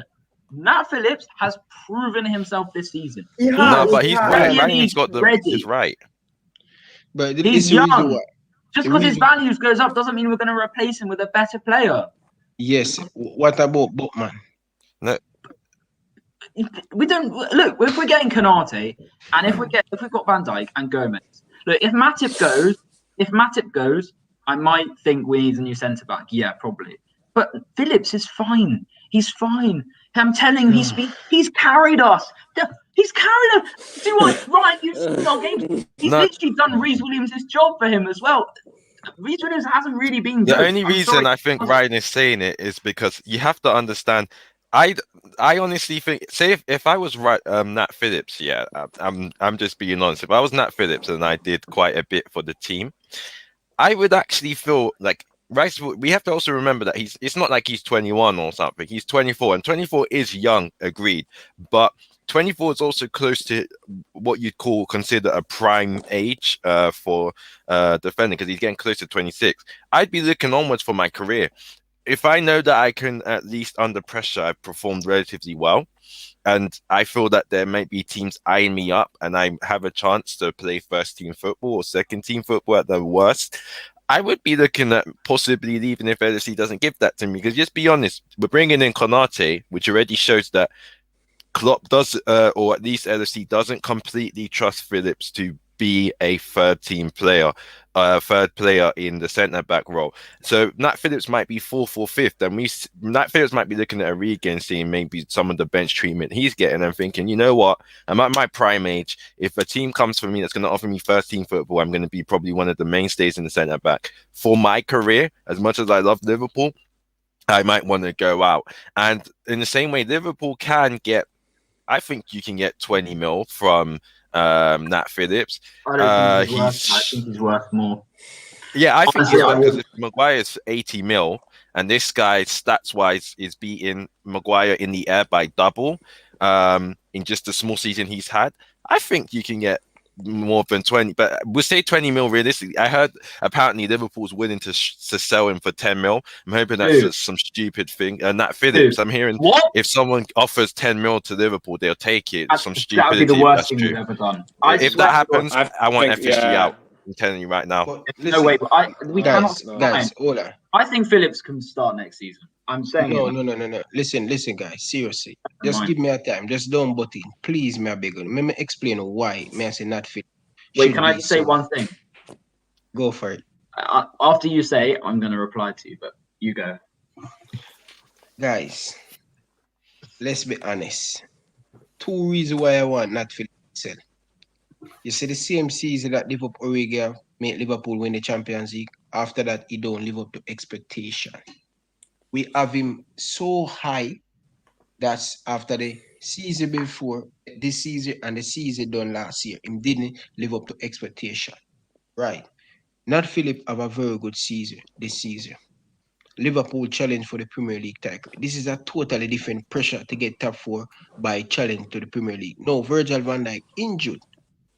Come the new season, Joe Gomez injured. Nat Phillips, Joel Matip injured. So we have three defender. We don't sure about if they're going to keep fit. Bro, we have 3 defender: Van Dijk, Gomez, and Joe Joel Matip. We have 3 defender. We don't know if they're going to keep fit. And the reason why I want Nat Phillips to be sold, because he in prime, we can get better out there. If in case Van Dijk them injure and Joe Gomez injure, we can get better option than Nat Phillips. He's very slow. He don't fit in a Liverpool style of play, and it's just the facts and it's just the real. We has to be more crucial. We has to be more ruthless. That's the all you're going to win Premier League title. That's all you're going to win a lot of stuff. You have to be ruthless, guys. And I'm saying it, and I'm not. I like the guy, but it's time to move on. He has been at Liverpool for a long time. But what? Yeah, but Ryan, proven. But Ryan, here's the reality here. I totally get why you want to sell Nat Phillips, but what if we sold Nat Phillips and if we were potentially going to bring in the second centre back, will FSG do it? I don't have the confidence in them doing it, because you know why? They've been trying to feed us this sort of ponytail of a lot of these signings of like 3 to 4 minimum. Will they go out and sign more? That's what I want FSG to do. Go out and sign more, not just limited transfers like you did with Thiago or Jota. Bring in more. Show us that you're passionate. Show us how you're passionate after you try to ruin the club's history by going into the Super League. I totally get where you're coming around, but it's if FSG do that effing business. Will they do it? I don't know. That's the reality. Joe, go for it. Bro, Ryan, I don't understand. Now Phillips has proven himself at Liverpool. He has been sensational for us. Every game we've played in the last 10 games that he's played, we've won. He's played alongside Rhys Williams from Kidderminster. Kidderminster, if I'm not mistaken, are not even in the Football League. They are a non-league football club. Now Phillips has done his job for him. He has carried his job. A young guy who has hardly played for Liverpool before, in the most crucial 10 games left of the season to secure us Champions League, he has been carrying Rhys Williams. He has been absolutely nothing short of outstanding. To me, I think he's my player of the season. You might think I'm bizarre, but I genuinely think, well, okay, fine, maybe not player of the season, but one of the players of the season. He has been ridiculous. He's got unbelievable qualities as well. So good in the air, one of the best in the air in the league. Honestly, he's rival Van Dijk in terms of how good he is in the air. Defensively strong, good at reading the game, interceptions, become a lot more composed on the ball, not afraid to go into battle. You know, every game he's had scratches on him, blood out of his eyes or blood out of his nose, and not willing to carry on. Bro, he played against Manchester United's defence. He was incredible. Sometimes he might be shaky, and yeah, he can improve. I'm not saying he should be our first choice or second choice. For me, I think he's good enough as a third or fourth choice. We're signing Konate. We have Van Dijk, Gomez, Konate, and Phillips. I genuinely think that's good enough. I genuinely think, and that's not even. I don't even mention Matip as well. I genuinely think it's fine. Ryan, I'm telling you, he's good enough. We don't need to. That's nowhere near the issue. Our main issues in Chandler is getting another little salary or another Mane replacement or someone like Rafinha, and getting a number 9. You know, honestly, like the Phillips thing is, look, I love Phillips as well, yeah, and I love Origi as well. But you see, as Ryan said, you see Origi in the Champions League. I bet we all wanted Origi to do well. He came in because Origi had clutch goals. We were like, shit, this could be our striker. This could be our striker. The level Origi set himself in the Champions League to where it is now, massive digression. That's where now you see there's a certain saying, I don't know where it came from, but it's like what's the quotes? Huh? It's something like you dude, Origi. Well, he dropped. I don't know how he dropped off. He dropped off quite a lot because he had injuries and Klopp hardly played him. Because he don't good enough, Joe. He don't good enough. Yeah, it's because he wasn't good enough. He was just clutch at those moments. Listen, guys, I'm telling you, I am a footballer. Just a second. I haven't explained why you think Phillips isn't good enough. Because no, it's not that he thinks he's not. No, he's not. Basically, what I'm trying to say is that Phillips has come in where we needed him to be clutch, right? This season was just completely gone. Like, let's be honest, a lot of us even thought we weren't even going to get top 4. So there wasn't even that much of a pressure, I'd say, at that point anymore for people to push up. And so actually Nat Phillips has done his service, agreed. But let's be honest, if Nat Phillips digresses from this level next season when he's played, you're going to quickly see fans turn on it. We've seen it turn on him. You've seen what happened to Mane. You've seen what's happened to Origi. You've seen what's even happened to Salah. Like, that's not the fault of the player. That's the fault of stupid fans that start turning on. But that's the problem. I don't want Nat Phillips to get shitted on when he's at this level. I want Nat Phillips to... We know that Nat Phillips isn't at the level... Let's be honest, we want him to be, because he's been at the club. Klopp hasn't used him until... You have to remember, Nat Phillips only got the role just now because Van Dijk, most of our defense was white. So he was probably like a last option. So the fact He he's was done on a good loan. job. I think he had like 2 seasons on loan at Stuttgart. But even Stuttgart sent him back or something. I think even Their Stuttgart or mistake. someone sent him back.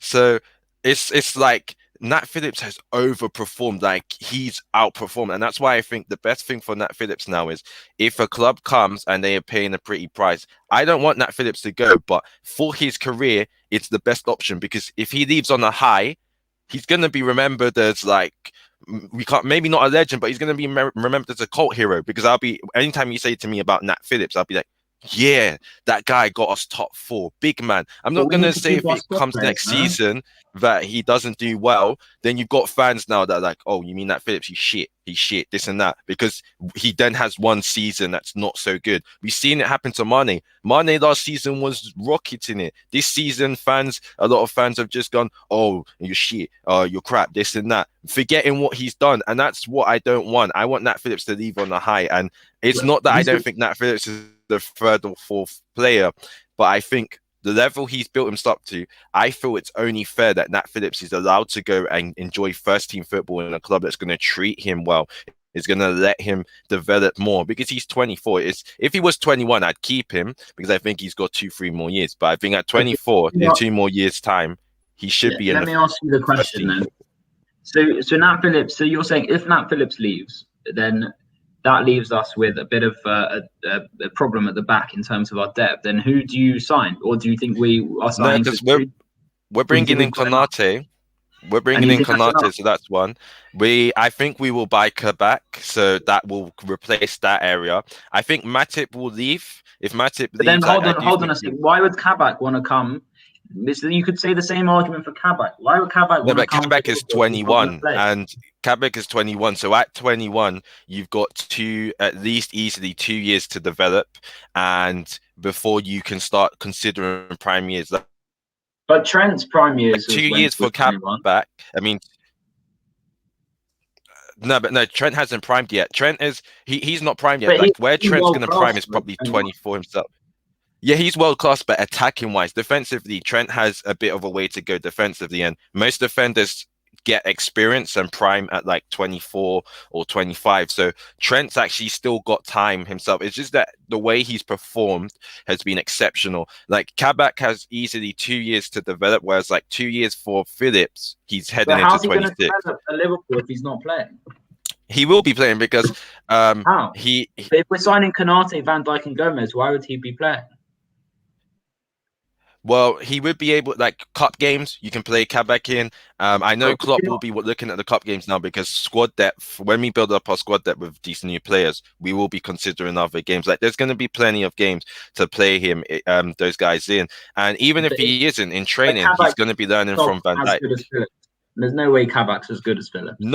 He has a higher potential than Phillips, especially for this team. He does, because Phillips, we're seeing Phillips is closer to his ceiling than Kabak is easily. You can see it. Like Nat Phillips by 26, he most likely would have primed, whereas Kabak has 3 or 4 years to go before he primes. And if he does those 2 years with Van Dijk alongside Gomez, even in training, he's got a higher potential quite easy because he's just young. Like, look, it looks like we just want to bin Phillips just because, like, oh yeah, thank you for your service, Phillips, like go. But we do I'm thinking about it in Phillips's way, and I'm thinking about how the team goes, and it's just that Phillips isn't going to be treated well. I understand that from a personal perspective. If you put myself in Phillips' shoes, you say, yeah, I'm good now. I've proven myself at Liverpool pretty much. I want to be playing week in, week out. But then Ryan made the point about being ruthless. The ruthless way to go is by keeping your good players who have proven themselves. Look at Man City. Look at Chelsea. Look at their defensive cover. But Ake is a great centre-back. He hardly plays this season. Even Laporte is world class, and most of the time Stones keeps him out of the team. And look at Chelsea, like Zuma, and Zuma is on the bench half the time, and he's a pretty good centre back. We can win trophies by keeping our good centre backs, and Nat Phillips is one of them. I don't have a problem with Nat Phillips playing some games in the Premier League, some games in the Cups. He's a good player, and I think if he's given a bit of a role next season, then he should be playing. I think he should. And, if Gomez can't keep fit, then Matt Phillips can come and play. I genuinely think he's proven himself. I think he's good enough. I think he'd be even better if he plays alongside Van Dijk. There is no need to get rid of him. But that's the thing. Phillips has been in the team almost the same time as Trent, and Trent has gotten time. Phillips has been sent on loans, hasn't fully pleased the eye for until obviously this season. And let's talk about like the City one. Ake, the times he's played, he's actually been quite shaky. I think there was games where he's even made mistakes. I think they bought Ake more for squad depth anyway. They paid 40 mil for him. They bought him for squad depth. But then we need to keep our squad depth instead of trying to buy new ones. FSG don't do things quickly. Yeah, but we have to understand Phillips doesn't completely fit our system, and I know that sounds weird, but Phillips is his type of game is like a Burnley or Brighton in air domination, where they can stifle their opponents. They're taller than their opponents. They get in their air. They're in their face. He's that type of player. Whereas Klopp wants a ball playing centre back. But I'm not saying Phillips should start every game, but he's good enough for the squad. And in my opinion, I think he's got better with the balls.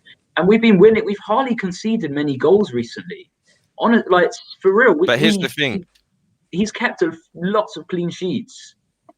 He's good enough. Here's the thing. Did you like Adrian? Did you feel Adrian deserved to start the next season after his first season? Remember the first season where he came after Addison, right? He came after Addison and he did do a shift. Did you think Adrian should have stayed the next season, right? Did you think about that? What do you mean stayed? What do you mean? In terms of, did you want to see Adrian for a second season after his first season? Because just remember, Adrian did win a Super Cup, and at the same time, he also carried the shift for Addison when he was injured for the first half of the season. Would you have wanted?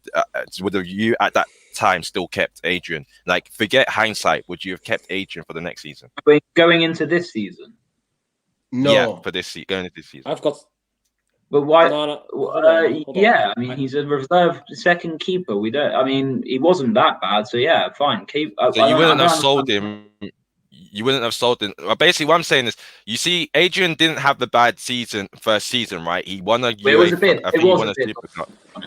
It was dodgy a bit, but he did his shift. Because just remember, Nat Phillips has had dodgy parts, but he did his shift. He covered well.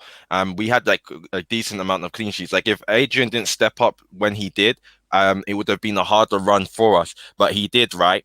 So would you from that season have sold him? No, I mean, I don't think I would have sold him because, well, firstly, most people don't think Adrian did well last season. He cost us in the Champions League. He cost us in the FA Cup. He made a few Premier League mistakes. I think he was okay, but he wasn't by any means amazing. But I mean, we had Kelleher. We saw a bit of Kelleher last season. So don't think there was a real problem going into this season with our goalkeepers. So I don't think I was in the camp of get rid of Adrian. No, I don't see how there's really a comparison. Because Adrian, if we're talking especially in the Premier League one, Adrian had people that are saying that were doing it because of just one thing in the Champions League. If people actually did analyze it properly, he did have a good season last season in terms of he did get people a winner cup. Whatever people say, he did save that penalty from Tammy Abraham. He did have like maybe 10 or 12 good games as well in the Premier League, because if he doesn't make some of the saves he did in those games, we'd have lost 1 or 2 or 3 of games because he just came in, then he gets thrown in. So there were people, and in the same way like Nat Phillips, and where Nat Phillips has had like shaky moments and stuff, there were people that said, let's keep Adrian for next season. And now Adrian has come this season, you've all seen everyone say he needs to get binned. And that's what I'm saying, that I know this fan base and I know how football can be. our fan base is very good at times, but our fan base can be very bad. And I know that if Nat Phillips has one shaky moment or two next season, all heads are going to come. A lot of people are going to come for him. And that's what I don't want for someone who has come on the high. I don't want that at all. Yeah, but so I'm sorry I called you off, but look, I totally get where you're coming from, the whole Nat Phillips debate. But I think pulling up this question is interesting because you say Nat Phillips it needs to be moved on because of he'll have a certain treatment that Origi would have had or an RYAN would have had. Say if it was switched around, say if we got rid of Nat Phillips for this season, but this season we kept Lovren, and how many mistakes Lovren has made for his Liverpool career that Nat Phillips has done for us since he's been in this team. Would you rather have had Lovren in this team or would have Nat Phillips? Because I believe Lovren was much, much worse than what Nat Phillips was. How many mistakes did Lovren make every time that he would have been there? The stupidness from his defensive points, the games he cost us, like from 14-15 onwards, he was a Brendan Rodgers sign, don't forget. But Klopp kept Lovren for some reason. Now, Lovren didn't add anything to me. And we're going on Nat Phillips here saying he might have the certain treatment after, the Adrian Origi. What Nat Phillips has done consistently, he hasn't put a foot wrong. But what Lovren would have done every single game since he was at the club was making stupid decisions where it cost him. I wouldn't. If you had Lovren in this defense this season, would you be still complaining about get rid of Lovren and all this stuff, bringing Nat Phillips? I think that a lot of fans it's just like, do you think Nat Phillips for me hasn't done for Ron? I think Nat Phillips has done better than what Lovren has done since he was there. My only rebuttal to that is, okay, let's take an example of a player that you could argue, did do well when he was called upon. And that's why I keep saying the Origi thing. Origi did when he was called on, he did well. Like, no one can say Origi didn't do well when he was called upon. That Champions League, the clutch goals he scored when he came on against Brighton. But you see where Klopp has then, not giving that player game time for whatever reason he's not, or that player has been given game time after a while. They come out, they have some shaky games. You see, all of a sudden, they're one of the worst players on the pitch to fans. They can't do anything right. And that's why I'm saying that Nat Phillips is on a high right now in terms of we know that if Van Dijk and Gomez are fit, he doesn't play. We don't even have this conversation, right? So the very fact that Nat Phillips has come in and he's been given this opportunity is based on the fact that we literally were reduced to almost nothing in the centre-back role. And I think he has impressed me more because, just be honest, if start this season, if I said to you we were going to play Nat Phillips and I don't know, Fabinho in defence, or if I said Nat Phillips was going to play at all in centre-back, I'm pretty sure most of us, if not all of us, would have been like, what the hell? What are we doing? Why are we going to do that? So that shows alone that we didn't think Nat Phillips would fit in the system anyway. He's had a good performance where we've seen players who have had what we can call a purple patch season or whatever. But will Nat Phillips perform in the second season the same way he has? That's the big question. And I think there is more chance of Nat Phillips not performing again, unfortunately, next season than there is if he goes to a new club who is going to play in first or second team and he's not got that pressure to take that high again. That's what I want, because I love Nat Phillips and I want the best for the guy. And I don't honestly believe the best for him is to sit on bench third or fourth, where if he does come out after not being played 20 games and makes a mistake, then you've got fans hounding him and stuff. I don't want that. That's why I want Nat Phillips to go out to a team that's going to play him and he's going to get more experience. Yeah, I totally get that. But look, you could say that for Nat Phillips. If it was to go on the bench and he was to drop standard, I don't think it would. But why did Klopp give Lovren so many chances as centre back over Nat Phillips? If it was over Nat Phillips, look at the mistakes Lovren would have made in some of the games.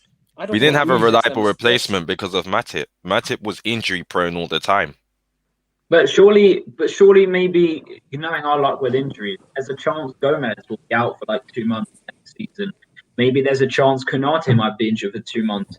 If Matip stays, he'd be injured. That's when Phillips will come and play.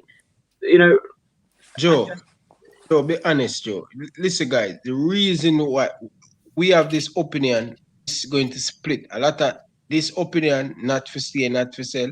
It split a lot of Liverpool opinion across the world. What we are saying, we want the best for Nat Philip. What we are saying, we're not saying Nat Philip is not good enough to be a Liverpool first right centre back. What if Yeah. Van Dijk and Gomez are Matic injured? That's all we are saying. Bringing someone like we can go challenge Van Dijk and challenge Gomez. Nat But- Philip is not good enough. Yeah, He can do a I disagree. See, that's where your argument differs from LFC for Days. I think LFC for Days does think Nat Phillips is good enough. Would you agree with that? Yes, both I do. think he good. Me and him agree with say, yo, he good, but he not good enough to play for Liverpool consistently. If I Van Dijk, disagree. That's what we're trying to say. That let's He's be done honest. it. He's proven himself. He's proven it in a small stretch, though. Let's be honest. It's a small stretch. is Divock Origi prove himself? Is Divock Origi prove himself to be a good Liverpool player after the Champions League final we win? What he has done. No, there's a complete difference with Origi and Nat Phillips. Nat Phillips has played a good number of games in succession. Most of the games this season, he's been very strong, good leader at the back, excellent defender, won us a lot of games. His most games we've played with Nat Phillips, we've won this season. That's saying something. Okay. Also, Origi, with the case with Origi, he wasn't someone who started games in quick succession. He played a role from the bench. He scored some good goals and came on and did this stuff in 18-19 season. And he did some of the same in 19-20. He got fizzled out, Origi, for some reason, which I don't know. I still don't understand why. Origi left the 2018-19 season very, very good. Klopp hardly played him in the 19-20 season. I don't really know why. So he became not good because he didn't play. And previously his role was, as a substitute. But Nat Phillips played games in quick succession. He's proven himself. I'm pretty sure if he plays a bit next season, he'll stay at good. I don't think he's good enough. I just simply think he's good, but not at Liverpool level. That's simple. I'm not saying he needs to be a first or second choice. I'm saying he can be a third or fourth. But what about bringing a Buckman? What about a better defender we can be a first choice to challenge Gomez or challenge Van Dijk?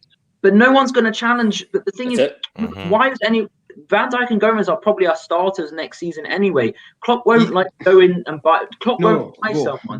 Joe, listen. This is the reason why we have Liverpool supporter. A lot of you, not saying you, but Liverpool fans across the world. I want big Jim for my club. I don't want small G. Same, and I think Nat Phillips can do that. Definitely. He can't, bro. That's what, bro. I'm literally the only one. I haven't heard any Liverpool fans say we should be getting Kane. I'm the only one that's saying we should be getting Kane because I have a vision of trying to win every trophy. Joe, if you want to win everything, Nat Philip is not that guy because the reason why I'm saying no, Nat Philip, I'm saying no, the reason why I'm worried Van Dijk have a long-term injury, Gomez injury prone, Joel Matip injury prone. That's the only way I'm concerned, Say Van Dijk and then why would Joe Botman? Gomez? But Ryan, why would Botman, who's probably pretty good right now, want to come to Liverpool to be third or fourth choice? He wants to be where he is and be a first. Listen, bro, but he's got more of a chance to even challenge. Understand why we say this. Anyway, because go first. Can you hear me now? Say we had a botman in our. Oh, sorry. Carry on, Steve. Bro, sorry. You mentioned Nat Phillips will not be consistent throughout the whole season. I'm going to pull up the list that I had of Nat Phillips starting when he first came into the squad. He comes in against West Ham alongside Gomez. Nat Phillips gets man of the match. He comes in again for Brighton. It's 1-1. He comes in. He doesn't have a game for a few months. He comes in against Newcastle. Has a decent game. We drew 0-0. He comes into the game against Spurs and West Ham. We win those 2 games. Then he's out for a few games. Then he's back into the Sheffield United game. We win the game 2-0. And then after that, we go on the sort of run where it's win and draw to the end of the season. And Phillips is in that defensive position the whole time. So I'm looking at these stats. If I'm being honest with you, he hasn't put a foot wrong. Not Phillips. He's not one of them players like he'll drop down. If he has the one little odd turn back if a striker like sort of beats into it. But that's not to say if you like do it consistently. Those matches I've mentioned throughout the whole season he's been in the squad has not put a foot wrong, and to sell him would be like mixed reactions. If I'm being honest with you, confused. You have to understand though, because you just. Sorry to interrupt, bro. You have to understand, though, that Nat Phillips is doing this without pressure or expectation. Remember the start of the season, as I said the same question. If I said to you guys Nat Phillips was playing in centre back at the start of the season for you, you'd all have lost it. I'm pretty sure most people would have, because you'd be like, what? Didn't that guy get sent back from Stuttgart? He's done that now. He's completed a season where he's now set a level, a benchmark for himself. If come next season, Nat Phillips, now with all that expectation, doesn't even do more than half of that, there are going to be people who will say, regardless of us who are logical, who do like the players, who aren't reactionary, there is going to be a lot of the fan base coming for the guy. And not only that, a lot of clubs look at what the fans are saying, and that means his market value will drop.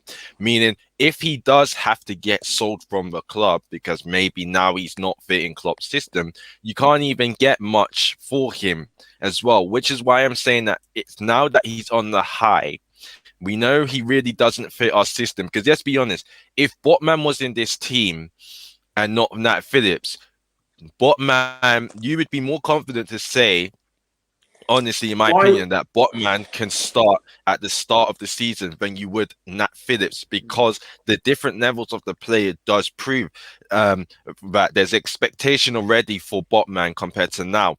We've only got expectation for Nat Phillips at the end of the season, seeing what he can do without expectation. There was already expectation for Botman. That's why I'm saying that I think we have to not get too caught up in the performance Nat Phillips has had this season, because next season, with all that expectation, he might not do well. You know what? I totally get where you come from, but here's a good question also. And listen, I totally appreciate the opinions of Nat Phillips if you think he's not good enough or if he is good enough. But Lovren, I'll go back to Lovren again. He was considered at Southampton a really good centre back for them. And what happens when he comes to Liverpool? He doesn't make it. He makes countless mistakes. But what's this? Botman's playing for a Lille team. They're in the French league. Like, the PSG keep winning that French league every single season. I don't know where Lille are in the league, but you can't debate whether Botman will come into Liverpool and sort of success with Virgil van Dijk. Who knows? Like, it's the French league. All these different leagues don't really like sort of. If you're coming from the German league or if you're coming from the French league into the Premier League is much more intense than what the leagues are. Will Botman come into the Premier League? If we were to buy him, would he succeed or would he not? That's my biggest fear we've had. I think we've done that. We've done that with Lovren, and we've done that with a few players who signed, and they haven't really worked out because of them moving into the Premier League. I think those things taken to the board. Will Botman be better than Nat Phillips? In some of the why would maybe, but who's to say if? Sorry, Joe. Yeah. What it doesn't make sense that signing Botman and Konate is just not going to happen, because look, it's just not realistic. We don't need. No club has like four world-class defenders who want to vie for that place in the starting lineup the whole time. Look, our main lineup is going to be Van Dijk and Gomez, and maybe Konate. Yeah, even though Konate is not proven in Phillips, he's still proven Konate. Just the name Konate is probably a bit bigger than the name Phillips. Botman's not. We're not going to sign Bob. I don't understand why we're even bringing him up. Like, if we're signing Konate, we're not going to sign Botman. FSG don't do that. And obviously, we got other positions to. Well, Botman is 21, whatever. He's now tipped as being one of the best defenders in the world. Why would he want to come to Liverpool to be third or fourth choice? And yeah, I get the point. Yeah, he'd come to Liverpool to rival Van Dijk and Gomez. But why would he want Gomez to be on the bench? Gomez and Van Dijk is our starting lineup. They are best. You can play Gomez at wouldn't right really back. play in the bench. Exactly. He can play as a You can backup play right back. We can use Gomez. Granted, we but can why use- would we want Gomez for that?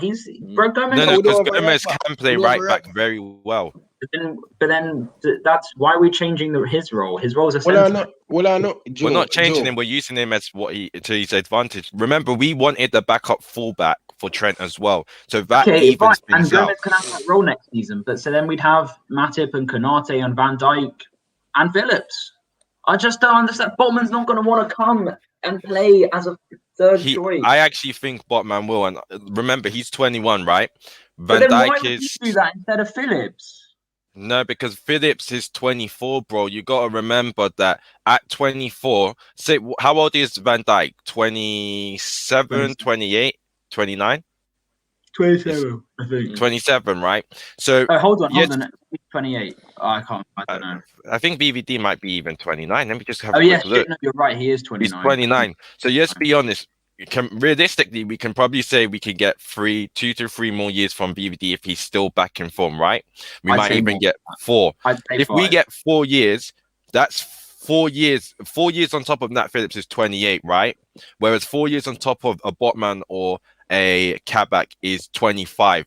They've got more of a chance of, after using all the experience, to break into the first team than Nat Phillips does at 28. At 28, a player like Nat Phillips should have been already playing first team at the level they are at, right? You can't have them on the bench as a 3 or 4th person all the way up to 28. So that's why I think, and let's be honest, if Nat Phillips doesn't have this season in terms of Van Dijk's not injured, Matip's not injured, we don't even talk about Nat Phillips. We even saying Nat Phillips would be one of the guys we'd sell, and we'd be talking about bringing in a Botman. That's an irrelevant point because he's proven himself to be. No, but he's only proven himself in an irregular season where we've had Van Dijk injured, we've had Matip injured, we've had Gomez injured. We're not going to have that.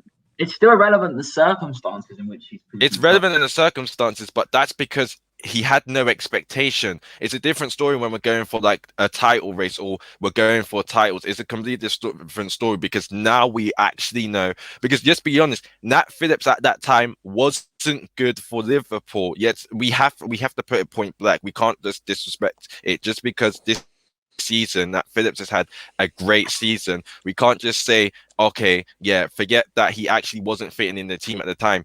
He actually at that time wasn't, and I'm looking at it realistically. Why are you looking down on the fact that he's improved?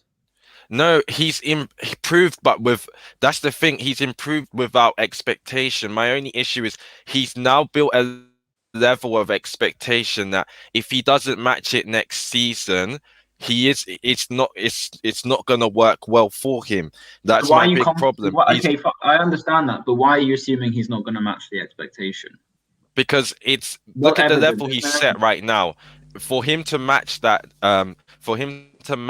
again, technically we'd even have to play him almost the amount of times we've even played him this season, and no way Van Dijk or Gomez is going to have the same injury that's going to keep them out for that long. And then what happens if that season, because he's all kind of like hyped, like a bit feeling hyped now and a bit pumped up, he doesn't even do what he did last season? You know how crazy that would be with like all the things people would be saying. That's why I'm saying that Nat Phillips has had an amazing season, one of the best seasons you can really ask for a player of his caliber. He didn't think he'd be even allowed to play first team football. He said it himself. He didn't even think he'd ever pretty much get this opportunity.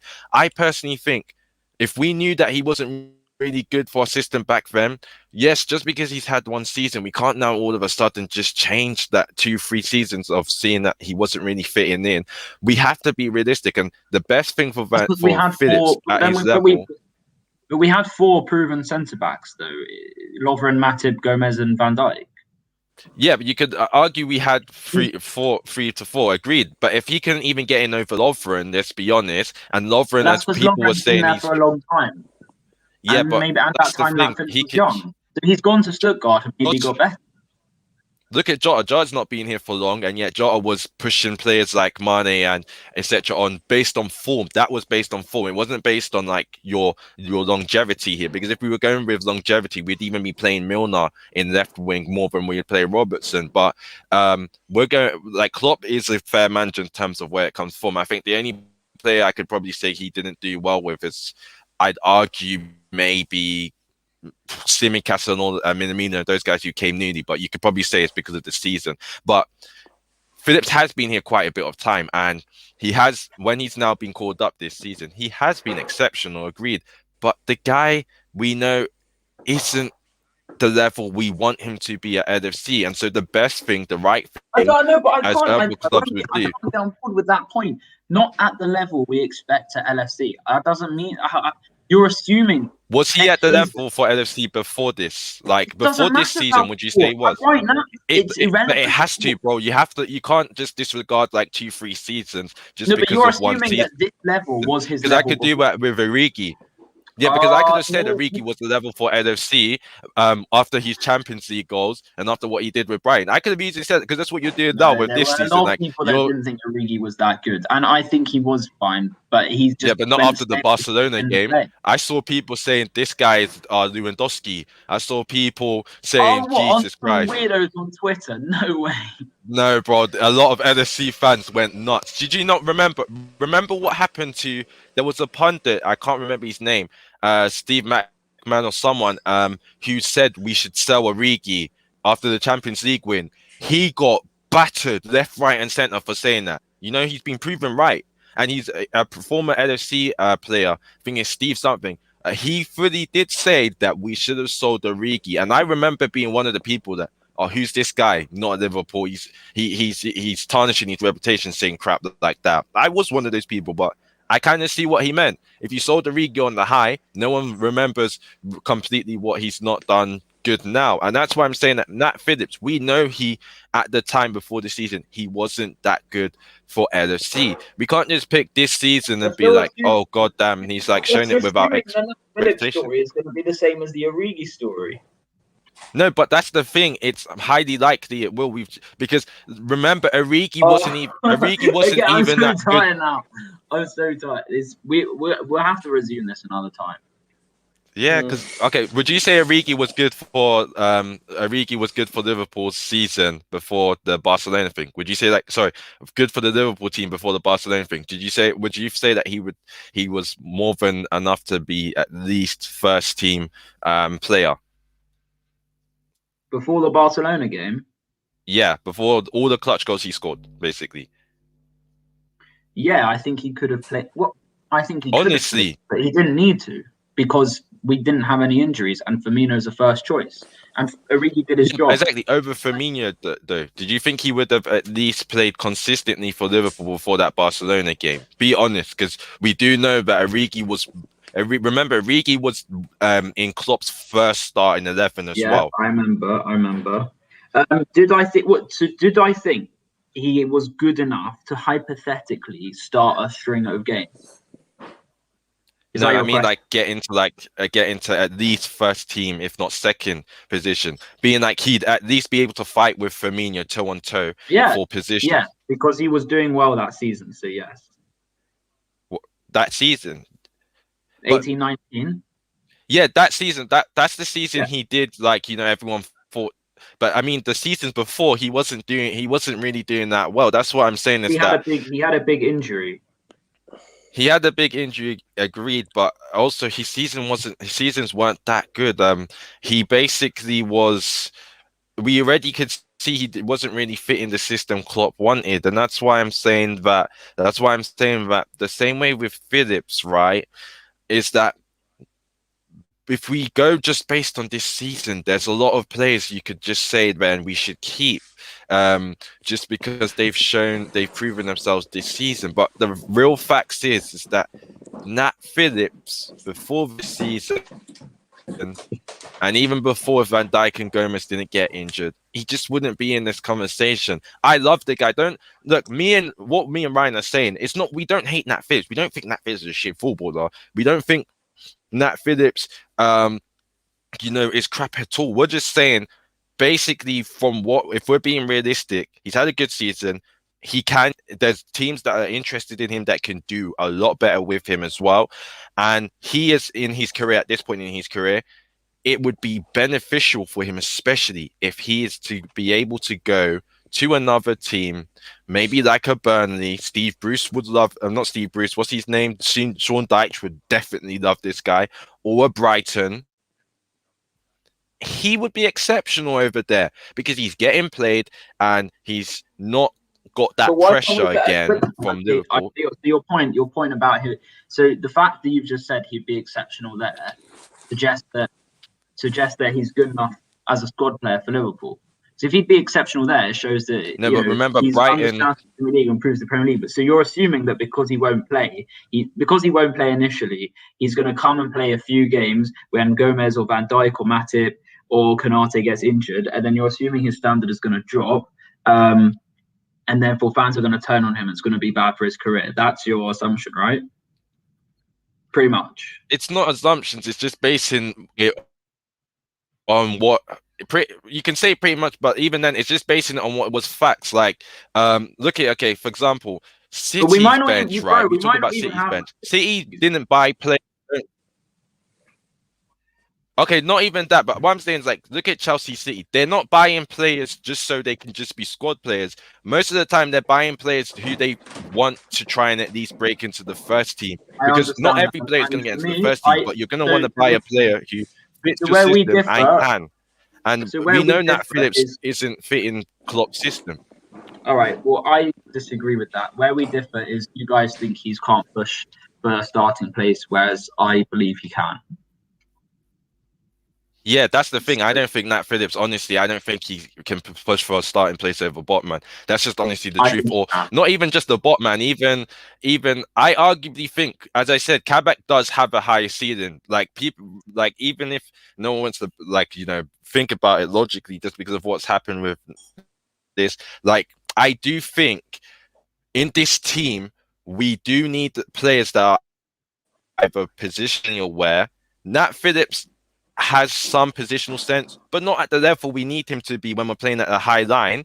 He doesn't have it, unfortunately. He doesn't have the pace in case he doesn't have the positional sense there. And yeah, you can argue Kabak doesn't, but Kabak does have a lot more positional awareness than from what I've seen. And I don't think Kabak. I don't think. If you watch the games, especially the games, Kabak has covered Nat Phillips a lot.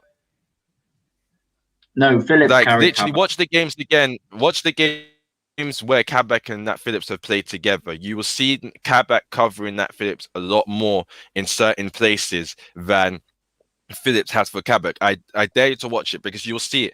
And he's 21, and bro, Kabak is not as good. Kabak was, in my opinion, Kabak was terrible.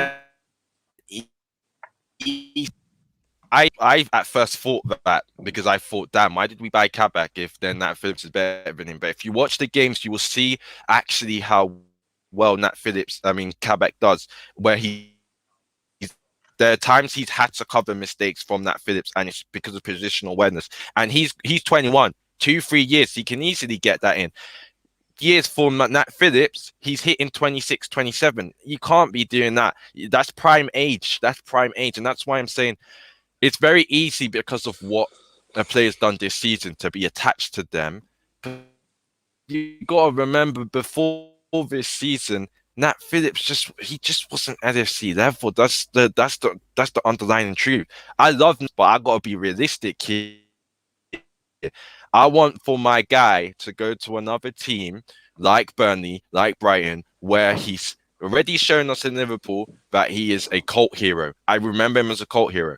And he goes to Brighton and Burnley and he sets level there because that he fits their system better. We have to be honest. I don't like putting... I know it's hard because of what he's done. It looks like all we've done is basically used him and then thrown him away. That's probably what everyone is feeling I with this thing. understand everything you're saying. I completely understand everything you're saying. But the way we disagree is on whether Nat Phillips is good enough to push for a starting place, and we also disagree on our views on FSG, because you tend to think that he might be able to get But FSU might be able to get Botman in as well as Konate, which I don't think is possible. So I'm just completely getting that idea out of my head.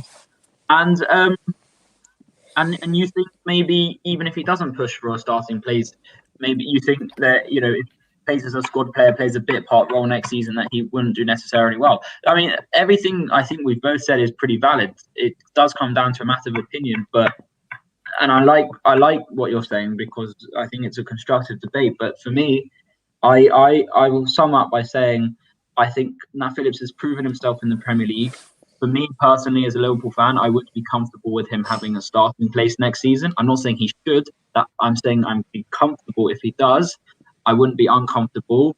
And then I would also say, as my summary point, I think Nat Phillips should stay as a squad player and play a bit part role in cup games or in certain Premier League games where, if we have a Champions League game midweek and a Premier League game against something like Wolves at home or Southampton at home or something like, I don't know, who got this year? If we have a Watford away, I'd be comfortable with Phillips playing. I'd be comfortable with Phillips playing against the teams that don't have much pace. You've got to remember that. Why not? Why not start him? Burnley, prove himself. Do Burnley have pace? No, they don't. Newcastle, do they have that much pace? No, they don't. Pretty much in the air. Any other teams that don't have much pace? Norwich, maybe. Do they have much pace? I mean, who knows if they come up? Palace, not really much pace. They have pace on the wings, but that's not really a centre forward's job. But they got madness of pace. Even Benteke's quick. Look at Townsend. Townsend nearly killed us today with his pace. He literally Townsend should have scored that. If you saw that goal that he missed, he literally burnt Rice Williams and Nat Phillips and was Rice Williams. He was 1-on-1. I don't know how he missed that. Yeah, but I mean that's because he had a 3-foot start in the race. The point is, Palace, the teams play a style of hitting it long. Nat Phillips is fine for it, so he can start certain types of games. But yeah, I think we should finish. It's been way too long. All right, listen, guys. Yeah, I appreciate you. Joe, Nat Philip, it's time to go. It's time to go. Okay, Ryan, let's set up another time. We've been going for so long now. We need to wrap up. We've been going for too long. Ryan, because if you say that, I'm just going to respond, and it's going to waste time. Joe, I just made a thumbnail. To sell 25 million and Nat Philip can do better, bro. Love the guy, but we can do better. That's all I have to. No, Ryan, don't associate me with that thumbnail. Come on, lad, let's move on. What you guys should do is make it a show later on. Make it some show later on. It'll be a good one to. But guys, tomorrow make it a show. Tomorrow I have a player ratings at 5 p.m. UK time. So if you guys want to join, hit me up. It's going to be massive. We're going to rate all the players. I don't think Nat Philip is all that people saying, but it's for another debate. I'm not going to wind up Joe anymore. Wait, Ryan, I don't think I can't join until Thursday. No, we have to get this one because we have a few more stream to do about Liverpool and stuff. So yeah. But Steve, what do you have to say, guys? We are all right. I'm gonna have to go. I've got so much uni work to do. Yeah. All right, later. Right. Peace and love. Joe, thank you, bro. This season has taken us for a far. We appreciate it. Hopefully next season, I want you to be a host, bro. But he's a man at schoolwork, so in the future, we'll see you. Okay, thank you guys. I'll see you guys soon on another stream. Good debate, LFC for days. It was a good debate. Get popular, Joe. Get popular. Go. Safe one still. Thanks to everyone in the comments. And yes, you guys can carry on making fun of my haircut. It's fine. Yes, see you guys soon. Up the Reds. We've got flipping third place. Come on, the boys. We've got fucking third. Up again. We fucking came ahead of Chelsea. You spent 200 million, only 5 points behind Manchester United. And you know what, Man City? The gap between Man City and Liverpool last year was bigger than the one this year. So Man City, let's go. You're losing. And see you guys soon. Up the Reds. Come on, the boys. See you soon. Up the Reds, man. And yeah, guys. Big up yourself. So, bro. What do you guys have to say? Last scene before we leave. We're wrapped up now. I'll go. So we're talking about what happens, what needs to happen now going forward for the club. Yeah. What you said, Steve? Okay. Okay. Hold on. Let me check. Can you hear me now? Yeah, that's it should be better now. Yeah, Mike, so all good. okay. Going forward, what I want to see is Liverpool kicking on now. We finished above Chelsea. We finished third, right? I can't believe it. Right. It's because we're only 5 points behind Man United. So if FSG do the business right in getting certain players and getting certain deadwood players out of this club, with Virgil, Gomez, and all them coming back, and I think also what a lot of you said, maybe Gomez could be a potential right back option if we were to go out and get another centre back. That could be not bad. But what I want to see, Liverpool, don't drop the heads. You've done great. This has shown why Klopp for me is my manager. He has gotten Liverpool a comeback to a top four that you wouldn't have thought when we would have got top four. Klopp is my manager now. He knows how to get us out of these situations, especially with the squad of players that we've got. I love him so much. He's here for a reason, and he's here to stay. And make long continue, and hopefully we can kick on and challenge again next season because that's what we want. But all I'd say is Klopp's my manager. So happy we won today. So happy. Yeah, guys. If you haven't smashed the like video, let's get the video to a 90 likes, guys. Smash the like video. Appreciate you guys. But what do you have to say before we leave, Jersey boy? Last saying,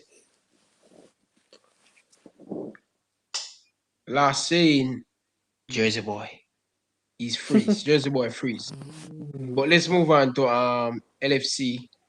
What did I say? LFC for day. LFC for days. That's correct. Oh yeah. LFC for days. Yeah. Yep. Well, I'm gonna do, as I said, we got top four. You know what I'm gonna do? You see them man that were chatting, them United fans. You see, what's his name? What's the other guy? The United guy. I forgot his name. What do you call him? The one that was in the chat before. It was bigging it up. No, there's football terms, but there was another guy, Dominic. Yeah, Dominic. You see Dominic? Yeah, they were big in their chest. Yes, they Liverpool ain't gonna get top four. Well, Liverpool's got top four, and we were not a far distance compared to you guys last season. Yeah, worst title defense. Yeah, worst title defense. My ass, mate. We came up here with Rice Williams and Nat Phillips in defense, and we still made top three. What are you saying now? Don't ever disrespect LFC. And I think they should be scared, yeah. Let me just tell like the rivals other than probably City. You should be scared because if Liverpool, as depleted as this, can still make third place, you're not going to like a full force refreshed Liverpool next season. We get the right trades, right signings next season. Just remember, Thiago's just fully got in to form now and starting to get into form next season with a full bed of team. I can't imagine the sauce. My guys. It's gonna be different. I'm just saying, I'm gonna leave it like that. It's gonna be beautiful. Yeah, appreciate you guys, man. Still sticking around, man. Appreciate myself, all of you guys, man. Big support this year. Hopefully we can get better next season and stuff. So, Jersey boy, I really appreciate you, my brother. Appreciate the work he has done and stuff. Hopefully we can get this big next. Below the things coming next season, we've got our first player rating show in terms of this whole season coming tomorrow. You guys will see the next watch along on this channel will be maybe the Champions League. If not, it'll be Jamaica content, Jamaica watch-alongs. If you want to watch watch-alongs and still watching Premier League players, you can go on my channel. I'm going to be doing watch-alongs for England, the Mighty Three Lions and Euros. Hope we smash them, but we won't smash the Euros. We'll do shit. But we'll have to see because you've got a West Coast merchant that's got a manager. But anyways, we'll see what we do. And you guys will see loads of transfer streams because this summer is going to be very busy. So there will be lots of transfer rumours. People will be linked to. So we're going to be busy. This is not the last content with Liverpool this season. There'll be loads, but it's the last thing for watch along until September or July when the pre-seasons are. So we'll see you guys then, and player ratings tomorrow. So make sure to come tomorrow and give us your thoughts on the ratings for players. Steve, you have to be under the host for some of these transfer shows, so prepare for that too, okay? Definitely. All right. Can't wait. Yeah. Can't wait. The boy will be host for some of the transfer too, so hopefully you and him can work together and put in some shift. See? And also LFC for their shift. And if you want to pass through, just let me know and line it up. See? But appreciate all of you guys' support, and I just want to tell you thank you very much. And I appreciate it. And smash the like button. Let's get the video to 80 likes or 90 likes. So peace out, guys. See you guys tomorrow, 5 p.m. UK time. 5 p.m. If you're in the Eastern time, that's going to be 12 p.m. in Canada. So 5 p.m. UK time tomorrow. Make sure you come and check out the player ratings. See you guys soon. Peace out. See ya. Oh, big up yourselves.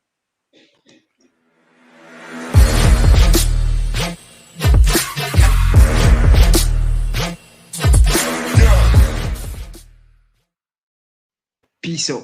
Thanks for watching.